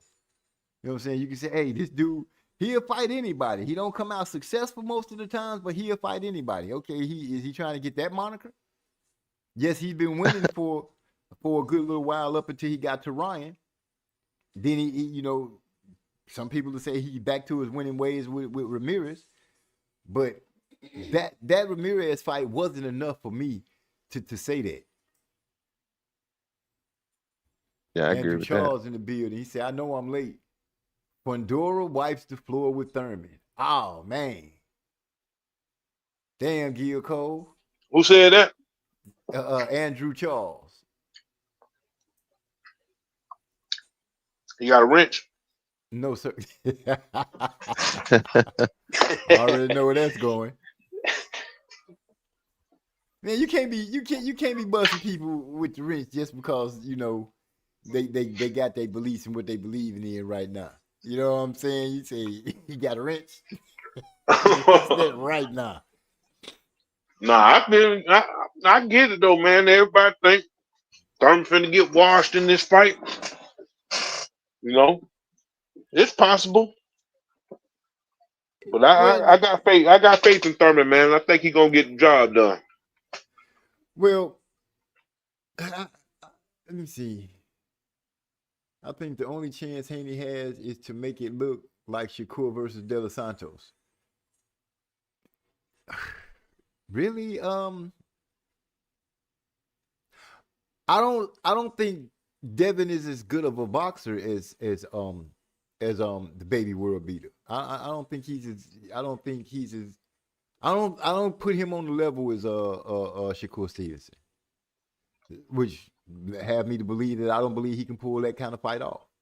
But he can make me wrong. I just don't see that. Just like Keith can prove me wrong, and I just don't see that either. I'm not bashing or anything. I'm just saying these are things that I don't see. I don't see Devin going out there just making Brian Norman look slow, or go out there and make it seem like he just levels above this guy, because that's his favorite thing to say is levels to this game. Well, you didn't show us those levels against Ryan. Now I heard that Ryan, that's a lefty, so that kind of threw Devin off a little bit. If you proving and striving to claim you great, all this stuff that you was bragging about, the youngest one to do this, the youngest one to do that, you compared yourself to Floyd, say that you did stuff before Floyd did it at a certain age. Well, all those talking points are mute and gone out the window once you got through with Ryan. It's a new page change. It's a new page that's being flipped, and the question is, can you do it against Norman? Lala said true, because Ryan is a big cheat. But why was he landing? Why was he landed in the first place? That shit would have landed on Shakur. Well, even though you're right, you know what I'm saying. I don't give Ryan. You got caught with something in you. That's one thing. But for it to land over and over again, for you not to have to get away from it. You did correct yourself a couple of times in the fight, but as soon as you corrected yourself, you got caught again. You know what I'm saying? Every time he seemed like he was trying to right the ship, he got wobbled again. Charles said, if Devin can't get Norman's respect, Norman is going to press him hard. And that's the thing. Does Devin have enough snap in his punches to make you believe that he can keep him off of it? Like, I used to say, when they say Floyd don't really hit that hard, but he hit crisp enough to make you not run up on him. Yeah. Can Devin do that? And our silence says it all. I don't believe he can. I don't believe he can pull that off in no way, shape, form, or fashion. And if he takes a loss with Norman, where does he turn after that?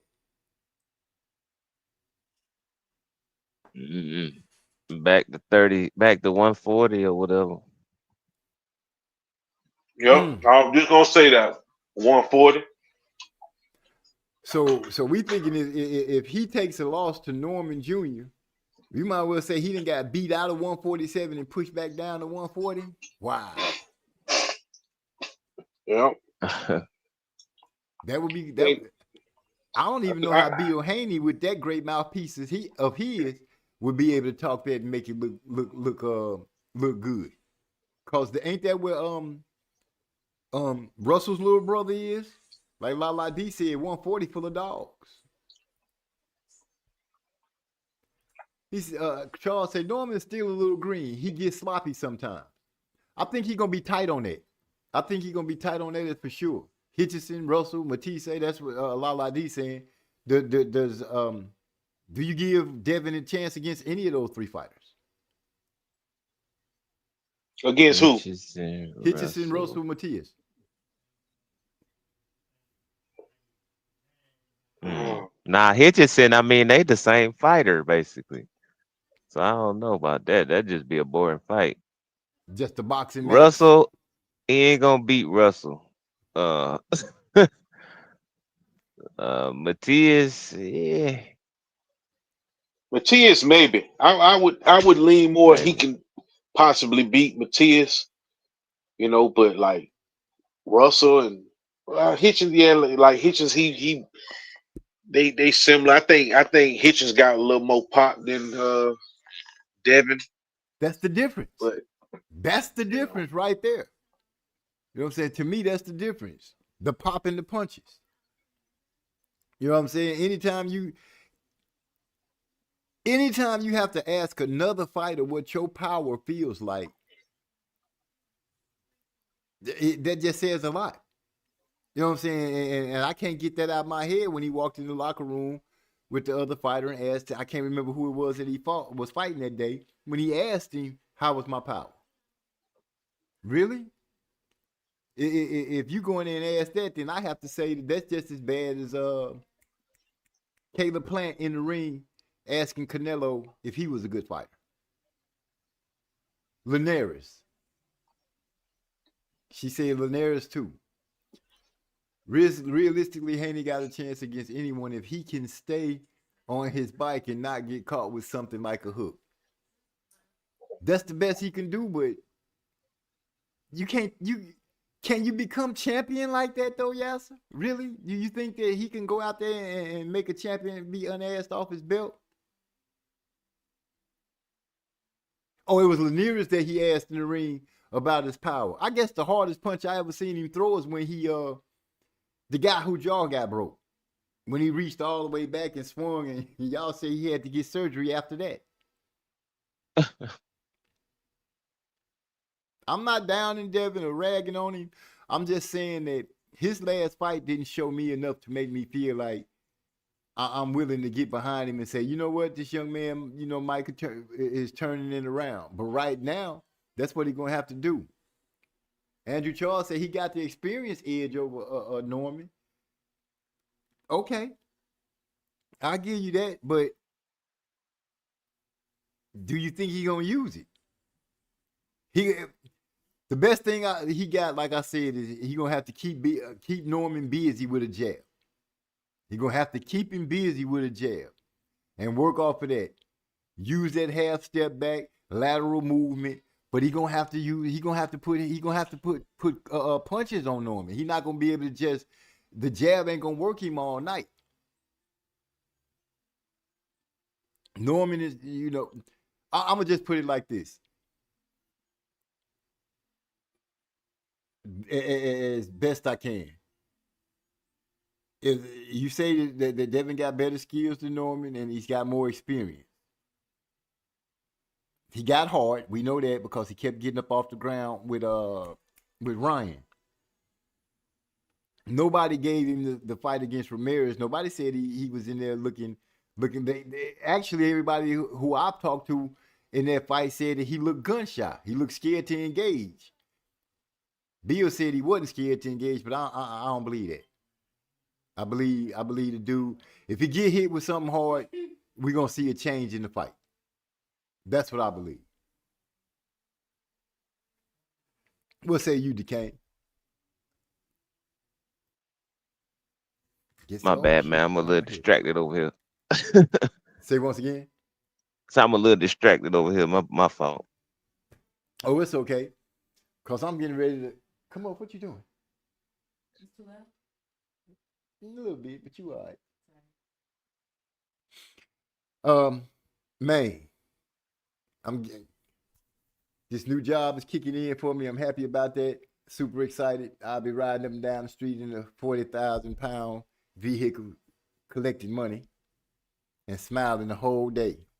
easy job, just a bunch of fucking tests.